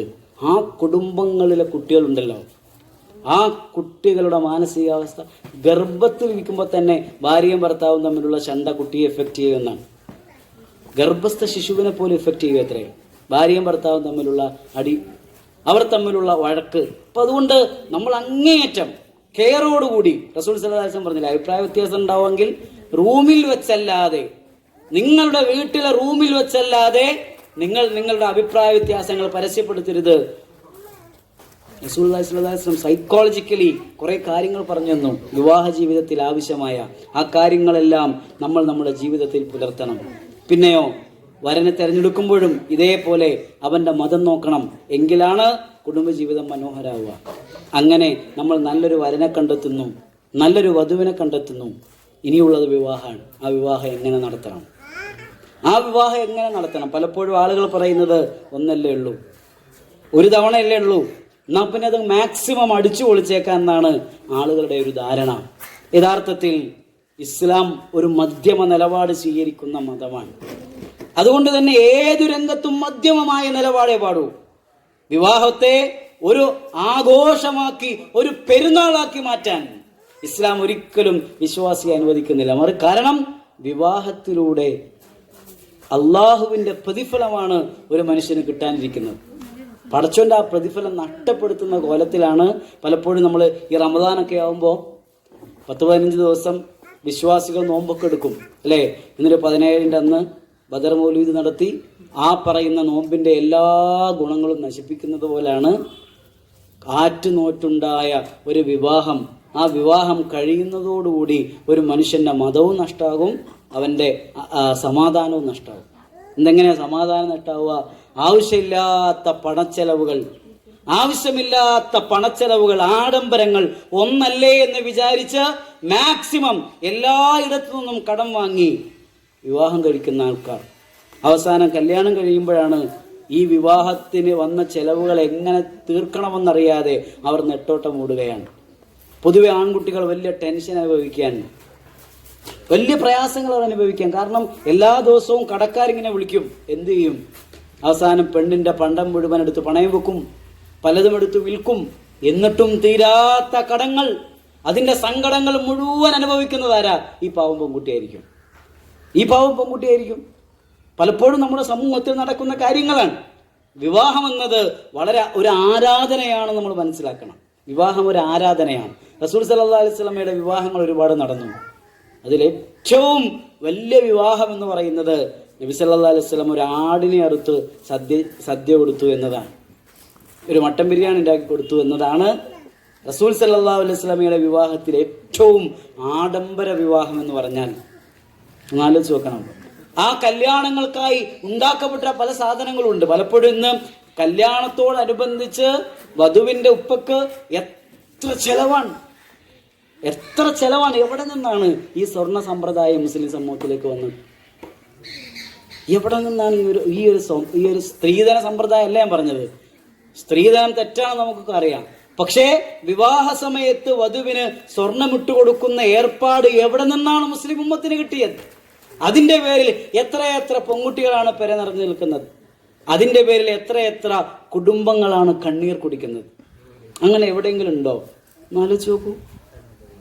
അങ്ങനെ എവിടെയില്ല. ഇസ്ലാം മക്കളെ തുല്യമായി പരിഗണിക്കാനാണ് പഠിപ്പിച്ചത്. തുല്യമായി പരിഗണിക്കണം. ഇത് തുല്യതയാണോ? നിങ്ങളുടെ പെൺമക്കൾക്ക് അല്ല, പലപ്പോഴും നമ്മൾ പറയാൻ ഇട്ട് കൊടുത്തില്ലെങ്കിൽ കുറച്ചില്ല, നാട്ടു നടപ്പതല്ലേ എന്നാണ്. അതിന്റെ പേരിൽ ലക്ഷക്കണക്കിന് രൂപ ബാധ്യതയിൽപ്പെട്ട് പാവം പിതാവ്. ആലോചിച്ച് നോക്കുക. സ്ത്രീധന സമ്പ്രദായവും ഇപ്പോഴും ഒരൊട്ടും കുറവില്ല. വിവാഹത്തിന്റെ ഏറ്റവും മഹിതമായ ആശയം ഇസ്ലാമിൽ മഹർ കൊടുത്ത് കല്യാണം കഴിക്കലാണ്. ആ മഹർ കൊടുക്കില്ല എന്ന് മാത്രമല്ല, ആ എത്രയെങ്കിലും മഹർ ഇടുന്നുണ്ടെങ്കിൽ അതിനനുപാതികമായി സ്വർണം. 1 പവനാ ഇടുന്നെങ്കിൽ 10 പവൻ പെണ്ണിന്റെ വീട്ടുകാരിട്ടണം. 5 പവനാണ് മഹർ കൊടുക്കണമെങ്കിൽ 50 പവൻ പെണ്ണിന്റെ വീട്ടുകാർ ഉണ്ടാക്കിക്കൊള്ളണം. ഇങ്ങനെ രേഖപ്പെടുത്താത്ത അലിഖിതമായ നിയമങ്ങൾ കൊണ്ട് നമ്മുടെ വിവാഹ രംഗങ്ങളൊക്കെ മലീമസമായിരിക്കുന്നു എന്നത് നമ്മൾ ഗൗരവമായി തിരിച്ചറിയണം. എങ്ങനെയാ മാറ്റം ഉണ്ടാവുക? അയൽവക്കത്ത് കല്യാണം നടക്കുമ്പോൾ, നാട്ടിൽ വലിയൊരു ആഡംബര കല്യാണം നടക്കുമ്പോൾ നമ്മൾ ഇവിടെ നിന്നിട്ട് എന്തൊരു മോശമാണ് അവരങ്ങനെ ചെയ്തത് എന്ന് പറയലല്ല. എൻ്റെ വീട്ടിൽ കല്യാണം നടക്കുമ്പോൾ, നിങ്ങളുടെ വീട്ടിൽ കല്യാണം നടക്കുമ്പോൾ അള്ളാഹു ഇഷ്ടപ്പെടാത്ത വിധം 1 രൂപ പോലും ചെലവഴിക്കില്ലെന്ന്, ഒരു ആഡംബരവും എൻ്റെ വീട്ടിൽ ഉണ്ടാവില്ലെന്ന് ഉറപ്പുവരുത്താൻ പ്രിയപ്പെട്ടവരെ എനിക്കും നിങ്ങൾക്കും കഴിയണം. പലപ്പോഴും നാട്ടുകാരുടെ മക്കളുടെ വിഷയത്തിലൊക്കെ നമുക്ക് വലിയ കയറാണ്. സ്വന്തം മക്കളുടെ കാര്യം വരുമ്പോഴോ, സ്വന്തം വീട്ടിലെ കാര്യം വരുമ്പോഴോ നമ്മൾ ഇതെല്ലാം മറക്കുന്നു എന്നതാണ് ഒരു ദുരന്തം. കുട്ടികളുടെ നിർബന്ധമല്ലേ എന്നാണ് വലിയ ആൾക്കാർ പോലും പറയുന്ന ന്യായം. കുട്ടികളുടെ നിർബന്ധമല്ലേ എന്നാണ്. ആരാണ് അതിന് ചെലവഴിക്കുന്നത്? അതയാളായിരിക്കാം. ഒന്ന് ആലോചിച്ച് നോക്കുക. അങ്ങനെ കുട്ടികളുടെ നിർബന്ധത്തിന് വഴങ്ങി ഞങ്ങൾ വിഷം കുടിക്കുമോ? കുട്ടികൾ നിർബന്ധിച്ചു എന്നതുകൊണ്ട് പലതും നമ്മൾ ചെയ്യാറില്ല. പക്ഷേ നമ്മുടെ മനസ്സിലും ഒരു ആഗ്രഹമുണ്ട്, ആരെങ്കിലും ഒക്കെ ഒന്ന് നിർബന്ധിക്കാൻ നമ്മൾ കാത്തിരിക്കാൻ. അങ്ങനെ കുട്ടികൾ ആരെങ്കിലും പറഞ്ഞാൽ അതിന്റെ മറവിൽ നമ്മൾ വലിയ ലക്ഷങ്ങൾ പൊടിപൊടിക്കുന്നു. കല്യാണത്തോടനുബന്ധിച്ച് എന്തൊക്കെ പ്രശ്നങ്ങൾ നടന്നു. കല്യാണ സദ്യയോടനുബന്ധിച്ച് പപ്പടം കിട്ടാത്തതിന്റെ പേരിൽ തല്ലുകൂടിയ ആളുകളൊക്കെ ഉണ്ട് നമ്മുടെ നാട്ടിൽ. കല്യാണ സദ്യയിൽ വിളമ്പുമ്പോൾ പപ്പടം കിട്ടിയില്ല എന്നുള്ളത് കൊണ്ട് കൂട്ടത്തല്ല് കല്യാണപ്പര മുഴുവൻ. പിന്നെയോ പെണ്ണിനെ ആനയിക്കുമ്പോഴും പുതിയാപ്പിള വരുമ്പോഴും ഒക്കെ കാണിച്ചു കൂട്ടുന്ന കോപ്രായങ്ങൾ മുസ്ലിം ഉമ്മത്ത് മറ്റു സമുദായങ്ങളുടെ മുമ്പിൽ ശിരസ്സു താഴ്ത്തേണ്ടി വരുന്ന അപമാനകരമായ എത്രയോ കാര്യങ്ങളാണ്. ഇപ്പൊ പുതുതായിട്ട് പെൺകുട്ടിയെ ആനയിക്കുന്നൊരു പരിപാടിയുണ്ട്. പുതുതായി പെൺകുട്ടികളെ ആനയിക്കാൻ ഒരു കൂടാരം ഒരുക്കി അതിൽ പാട്ടും പാടി സ്റ്റേജിലേക്ക് പെൺകുട്ടികളെ കൊണ്ടുവരുന്ന ഒരു ഏർപ്പാട് ഉത്തരേന്ത്യയിൽ നിന്നൊക്കെ കടമെടുത്തതാവണം. ആരാണിതിന് മാതൃക? പക്ഷേ ഇതൊന്നും ഇല്ലെങ്കിൽ ഇതൊരു മോശം കല്യാണമാണ്. റസൂൽ സല്ലല്ലാഹു അലൈഹി വസല്ലമ അറിയാത്ത കല്യാണങ്ങൾ പോലും നടന്നിട്ടുണ്ട് നബിയുടെ നാട്ടിൽ. അള്ളാഹു റസൂൽ സല്ലല്ലാഹു അലൈഹി വസല്ലം അറിയാത്ത കല്യാണങ്ങൾ എന്ന് വെച്ചാൽ പ്രവാചകന്റെ പ്രിയപ്പെട്ട ശിഷ്യന്മാരിൽ പലരും കല്യാണം കഴിച്ച റസൂൽ സല്ലല്ലാഹു അലൈഹി വസല്ലം പോലും അറിഞ്ഞില്ല. ഒരു മനുഷ്യൻ ഇങ്ങനെ വന്നപ്പോഴാണ്, ഇന്നെന്താ ഒരു പുയ്യാപ്പിള ലുക്കുണ്ടല്ലോ എന്ന് നബി ചോദിച്ചപ്പോഴാണ് നബിയെ നിന്റെ കല്യാണം കഴിഞ്ഞു എന്ന് പറഞ്ഞത്. എന്നാ പിന്നെ വലീമ കൊടുക്കണം എന്ന് നിർദ്ദേശിക്കുകയാണ് റസൂലുള്ളാഹി സ്വല്ലല്ലാഹു അലൈഹി വസല്ലം. അല്ലേ? ഈ വിവാഹ മാമാങ്കങ്ങൾ ഒരിക്കലും ഒരു വിശ്വാസി അതിൽ ഭാഗമായി കൂടാ. അതിൻ്റെ പേരിൽ ലക്ഷക്കണക്കിന് രൂപയുടെ കടബാധ്യതയിൽ എടുത്തു ചാടപ്പെടുന്നു. പണ്ട് സ്ത്രീധനം മാത്രമായിരുന്നു പ്രശ്നം. മുമ്പ് ഉപ്പമാര് ഒരു കല്യാണം കഴിഞ്ഞാൽ കടക്കണിയിൽ വീഴാനുള്ള ഒരു കാരണം സ്ത്രീധനം മാത്രമായിരുന്നെങ്കിൽ ഇന്ന് ഈ ആഡംബര വിവാഹങ്ങളാണ്. അതുകൊണ്ട് ആഡംബര വിവാഹങ്ങൾ, അതിനോട് അതിശക്തമായൊരു നിലപാട് വിശ്വാസികളായ നമ്മൾ സ്വീകരിക്കണം. നമ്മൾ നമ്മുടെ എതിർപ്പുകളൊന്ന് പ്രകടിപ്പിക്കുകയെങ്കിലും വേണം. അവരോട് ഇത് ശരിയല്ല എന്നെങ്കിലും നമുക്കൊന്ന് പറയാൻ കഴിയണം, അല്ലേ? എല്ലാവരും ഇപ്പം പറയുന്നത് അംബാനിയുടെ കല്യാണമാണ്. അംബാനിയുടെ 5000 കോടി രൂപ മുടക്കിയ കല്യാണം. അയാളുടെ സമ്പത്തിന്റെ 0.5% ഉള്ളത്, 0.5% പോലും ഇല്ല. അയാളുടെ ടോട്ടൽ സമ്പത്തിന്റെ 0.5% പോലും ഇല്ല 5000 കോടി. മാത്രമല്ല 2 ദിവസം കൊണ്ട് അയാൾ ജിയോന്നൊക്കെ നമ്മുടെ നിന്ന് ആ പൈസ പിരിക്കുകയും ചെയ്യും. അതിന്റെ പേരിൽ അംബാനിയെ കണ്ട്, അയാളുടെ വീട്ടിൽ നടന്ന ആഘോഷങ്ങൾ കണ്ട്, അവിടെ തൂക്കിയ വിളക്കുകൾ കണ്ട് എൻ്റെ വീട്ടിലും അതൊക്കെ ഉണ്ടാവണമെന്ന് വളരെ ബാലിശമായ ചിന്താഗതിയാണ്. അതിനോടനുബന്ധിച്ച് നടക്കുന്ന എല്ലാ പേക്കൂത്തുകളും നമ്മൾ അവസാനിപ്പിക്കണം. ഇസ്ലാമിൽ വളരെ ലളിതാണ് വിവാഹം, വളരെ ലളിതാണ് കല്യാണം. വരനുണ്ടാവണം, വലിയുണ്ടാവണം, 2 സാക്ഷികൾ ഉണ്ടാവണം. കല്യാണം സ്വഹീഹായി, കല്യാണം പൂർണ്ണമായി. ആ കല്യാണ സദസ്സിൽ വധുപോലും വരണമെന്നില്ല, വരണ്ട എന്നല്ല, വധുപോലും വരണമെന്നില്ല കല്യാണം നടക്കാൻ. അത്രയും ലളിതമാണ് കല്യാണം എന്ന് പറഞ്ഞാൽ ഇസ്ലാമിൽ. എന്നിട്ട് ആ കല്യാണത്തെയാണ് എത്ര മണിക്കൂറാണ് ആൺകുട്ടിയും പെൺകുട്ടിയും സ്റ്റേജിൽ ഇങ്ങനെ നിറനിൽക്കുന്നത്. എത്ര നേരത്താണ് എത്രയോ അതിഥികൾ വന്ന് അവരോടൊപ്പം അന്യപുരുഷന്മാരുണ്ടാകും, അതിൽ അന്യ സ്ത്രീകളുണ്ടാകും. അതിൽ ഒരു പ്രശ്നവും ഇല്ലല്ലോ നമുക്കൊന്നും. ആ ഫോട്ടോയിൽ പെട്ടില്ലെങ്കിലാണ് നിങ്ങൾ എന്നെ ഫോട്ടോ എടുക്കാൻ വിളിച്ചില്ലല്ലോ എന്ന് പറഞ്ഞിട്ടാവും അടുത്ത പരാതി. എന്തൊക്കെ പ്രശ്നങ്ങളാണ്! ഈ സ്വഭാവങ്ങളൊക്കെ ഒരു ഉത്തമ വിശ്വാസിയെ സംബന്ധിച്ചിടത്തോളം ഉണ്ടാവാൻ പാടില്ലാത്തതാണ്. നമ്മൾ നമ്മുടെ മതത്തിനാണ് പ്രാധാന്യം കൊടുക്കേണ്ടത്. ഇതൊക്കെ കഴിഞ്ഞു പോകും, നമ്മളൊക്കെ വയസ്സാവും, ഏത് സമയത്തും മരണപ്പെടും. പിന്നെ നമ്മൾ ഒറ്റയ്ക്കാണ്. അതുവരെ പലരുണ്ടാവും, അതുവരെ കൂട്ടുകാരുണ്ടാകും. പക്ഷേ കുല്ലുക്കും ആതീഹി യൗമൽ ഖിയാമത്തി ഫർദ, എല്ലാവരും ഒറ്റക്കൊറ്റക്കാണ് പരലോകത്ത് ഹാജരാക്കപ്പെടുക എന്ന് റസൂൽ സല്ലല്ലാഹു അലൈഹി വസല്ലമ പഠിപ്പിച്ചു. നമ്മൾ മരണപ്പെട്ടു പോകുന്നൊരു രംഗമുണ്ട്, നമ്മൾ ഈ ലോകത്ത് നിന്ന് വിട പറയുന്നൊരു രംഗമുണ്ട്. വലന്ന അന്നഹുൽ ഫിറാഖ് വൽതഫത്തിസ് സാഖു ബിസ്സാഖ്, കണങ്കാൽ കണങ്കാലോട് കൂട്ടിയോജിപ്പിച്ചു കെട്ടി മയ്യത്തായി ആളുകൾക്ക് മുമ്പിൽ, ആ സന്ദർശകർക്ക് മുമ്പിൽ നമ്മളെ കിടത്തുന്ന ഒരു രംഗം. അന്ന് മനുഷ്യൻ ചോദിക്കുമത്രേ, ഐനൽ മഫർ കല്ലാ ലാ വസർ ഇലാ റബ്ബിക യൗമഇദിനിൽ മുസ്തഖർ, രക്ഷപ്പെടാൻ വഴിയുണ്ടോ എന്ന് മനുഷ്യൻ ആലോചിക്കും. ഈ മരണത്തിൽ നിന്നൊന്ന് രക്ഷപ്പെട്ടിരുന്നെങ്കിൽ എന്ന് മനുഷ്യൻ കൊതിക്കും. അന്ന് മനുഷ്യൻ പറയുന്ന ചില ആഗ്രഹങ്ങൾ വിശുദ്ധ ഖുർആൻ പറയുന്നുണ്ട്.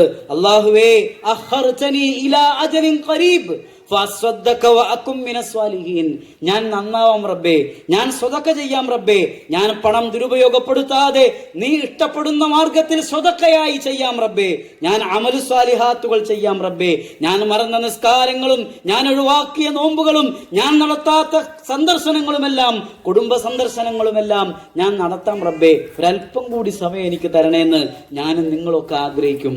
പക്ഷേ കല്ലാ ഇന്നഹാ കലിമത്തുൻ ഹുവ ഖായിലുഹാ, അത് വെറും വർത്താനാണ്. വലയ്യുഅഖിറല്ലാഹു നഫ്സൻ ഇദാ ജാഅ അജലുഹാ വല്ലാഹു ഖബീറും ബിമാ തഅമലൂൻ, അല്ലാഹു ഓരോ മനുഷ്യനും നിശ്ചയിച്ച അവധിയെത്തിയാൽ പ്രായവ്യത്യാസമില്ലാതെ, സമയവ്യത്യാസമില്ലാതെ, രോഗിയാണോ അരോഗ ദൃഢഗാത്രനാണോ എന്നൊന്നും പരിഗണിക്കാതെ, കുട്ടിയാണോ വെല്ലുപ്പയാണോ എന്നൊന്നും പരിഗണിക്കാതെ മരണത്തിന്റെ മലക്ക് നമ്മളെ പിടിക്കാൻ വേണ്ടി വരും. ആ സമയം ഒരു നിമിഷം പോലും പാഴാക്കാതെ ആ മലക്കുകൾക്കൊപ്പം നമ്മുടെ റൂഹും കടന്നുപോകും. അതെപ്പോഴാണെന്ന് പ്രിയപ്പെട്ടവരെ എനിക്കും നിങ്ങൾക്കും അറിയില്ല.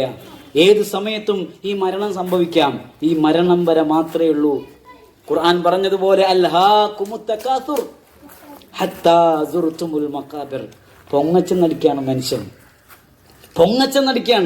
എന്റെ വീട്ടിലെ കല്യാണം ഇത്ര ലക്ഷം പൊടി പൊടിച്ച്, എന്റെ മകൾക്ക് ഇത്ര പവൻ സ്വർണം കൊടുത്ത്, എന്റെ മകൻ ഇത്ര വലിയ സ്വർണം വാങ്ങി, എന്നിട്ടാണ് കല്യാണം നടത്തിയത്. അവന്റെ വീട് കണ്ടില്ലേ, അവളുടെ കുടിയിരിക്കലിന് പോയിരുന്നില്ലേ, ആഡംബരങ്ങളാണ്, പൊങ്ങച്ചം പറയലാണ്, പൊങ്ങച്ചം പറയലാണ്. ഖുർആൻ പറയാൻ ഹത്താ സുർതുമുൽ മഖാബിർ, ഏതുവരെയുള്ളൂ ഈ പൊങ്ങച്ചങ്ങളൊക്കെ? ഏതുവരെയുള്ളൂ? നിങ്ങളുടെ മരണം വരെ മാത്രം, അതിലപ്പുറം ഒരാളുമില്ല, ഒരാളുമില്ല. ആർക്കൊക്കെ വേണ്ടി അധ്വാനിച്ചുവോ, ആർക്കൊക്കെ വേണ്ടി വിയർപ്പൊഴുക്കിയോ, ആർക്കൊക്കെ വേണ്ടി കഷ്ടപ്പെട്ടുവോ, അവരാരും അവരാരും നമ്മുടെ ഖബറിൽ നമ്മളോടൊപ്പം ഉണ്ടാവില്ല. എൻ്റെ പ്രിയപ്പെട്ട ഉമ്മയാണ്, എന്നെ പോറ്റി വളർത്തിയ ഉമ്മയാണ്, മരണസമാനമായ വേദനയോടെ നൊന്തു പ്രസവിച്ച ഉമ്മയാണ്. ആ ഉമ്മയോടൊപ്പം ഞാനും ഖബറിലേക്ക് പോവാണ് എന്നൊരു മകനോ എന്നൊരു മകളോ തീരുമാനിക്കില്ല. എൻ്റെ പ്രിയപ്പെട്ട ഉപ്പയോടൊപ്പം, എന്നെ പോറ്റി വളർത്തിയ, എൻ്റെ ജീവിതത്തിൽ സൗഭാഗ്യങ്ങൾ ഒരുപാട് പകർന്ന എൻ്റെ ഉപ്പയോടൊപ്പം ഞാനും വന്ന ഈ ഖബറിലേക്ക് കടക്കാണ് ഒരു മകനും പറയില്ല, ഒരാളും പറയില്ല. നമ്മൾ ഒറ്റയ്ക്ക് നമ്മുടെ റബ്ബിനെ കണ്ടുമുട്ടേണ്ടി വരും. ആ റബ്ബിന്റെ മുമ്പിൽ ചോദ്യങ്ങൾ ഉണ്ടാകും. നമ്മുടെ ജീവിതത്തെക്കുറിച്ച്, യുവത്വത്തെക്കുറിച്ച്, ചെലവഴിച്ച പണത്തെക്കുറിച്ച്, ചെലവഴിച്ച സമയത്തെക്കുറിച്ച് അള്ളാഹു നമ്മളോട് ചോദിക്കും. നമ്മുടെ അമലുകളെ കുറിച്ച് അള്ളാഹു നമ്മളോട് ചോദിക്കും. അവിടെ ചൂണ്ടിക്കാണിക്കാൻ ഭർത്താവ് ഉണ്ടാവില്ല, അവിടെ ചൂണ്ടിക്കാണിക്കാൻ ഉപ്പമാരുണ്ടാവില്ല, അവിടെ ചൂണ്ടിക്കാണിക്കാൻ സന്താനങ്ങൾ ഉണ്ടാവില്ല. നമ്മൾ നമ്മുടെ നേരെ മാത്രം ചൂണ്ടുകയും നമ്മൾ തന്നെ മറുപടികൾ പറയേണ്ടി വരികയും ചെയ്യുന്ന അതിഭയാനകമായ ഒരു പരലോകം പ്രിയപ്പെട്ടവരെ, അത് എനിക്കും നിങ്ങൾക്കുമുണ്ട്. അതുകൊണ്ടാണ് റസൂലുള്ളാഹി സ്വല്ലല്ലാഹു അലൈഹി വസല്ലമ നിരന്തരമായി ഈ മരണത്തെക്കുറിച്ച് നിങ്ങൾ ഓർക്കണമേ, നിങ്ങളുടെ എല്ലാ സൗകര്യങ്ങളെയും ആസ്വാദനങ്ങളെയും ആഡംബരങ്ങളെയും തകർത്തു കളയുന്ന മരണത്തെക്കുറിച്ച് നിങ്ങൾ ഓർക്കണേ എന്ന് എപ്പോഴും നമ്മളോട് പറഞ്ഞത്. ആ മരണത്തെക്കുറിച്ച് ഓർക്കുകയും ജീവിതം നശ്വരമാണെന്ന് തിരിച്ചറിയുകയും എപ്പോഴും അള്ളാഹുവിൻ്റെ മുമ്പിലേക്ക് തിരികെ പോവേണ്ടി വരും എന്ന് ഓർത്തു വെക്കുകയും, ആ തിരികെ പോയാൽ ചോദ്യങ്ങൾക്കെല്ലാം മറുപടി പറയാതെ കാലുകൾ മുമ്പോട്ട് വെക്കാൻ സാധ്യമല്ലെന്ന് തിരിച്ചറിയുകയും ചെയ്യുന്ന സത്യവിശ്വാസികളിൽ, വിശ്വാസിനികളിൽ നമ്മളെല്ലാവരും ഉൾപ്പെടുക. അതിന് നാഥൻ തൗഫീക്ക് നൽകി അനുഗ്രഹിക്കുമാറാവട്ടെ. അറിഞ്ഞുമറിയാതെയും ചെയ്തുപോയ വലുതും ചെറുതുമായ എല്ലാ പാപങ്ങളും തിന്മകളും അള്ളാഹു പുറത്തു മാപ്പാക്കി തരുമാറാവട്ടെ. വാഹിറു ദഅ്വാന അനിൽ ഹംദുലില്ലാഹി റബ്ബിൽ ആലമീൻ. അസ്സലാമു അലൈക്കും വറഹ്മത്തുള്ളാഹി വബറകാതുഹു.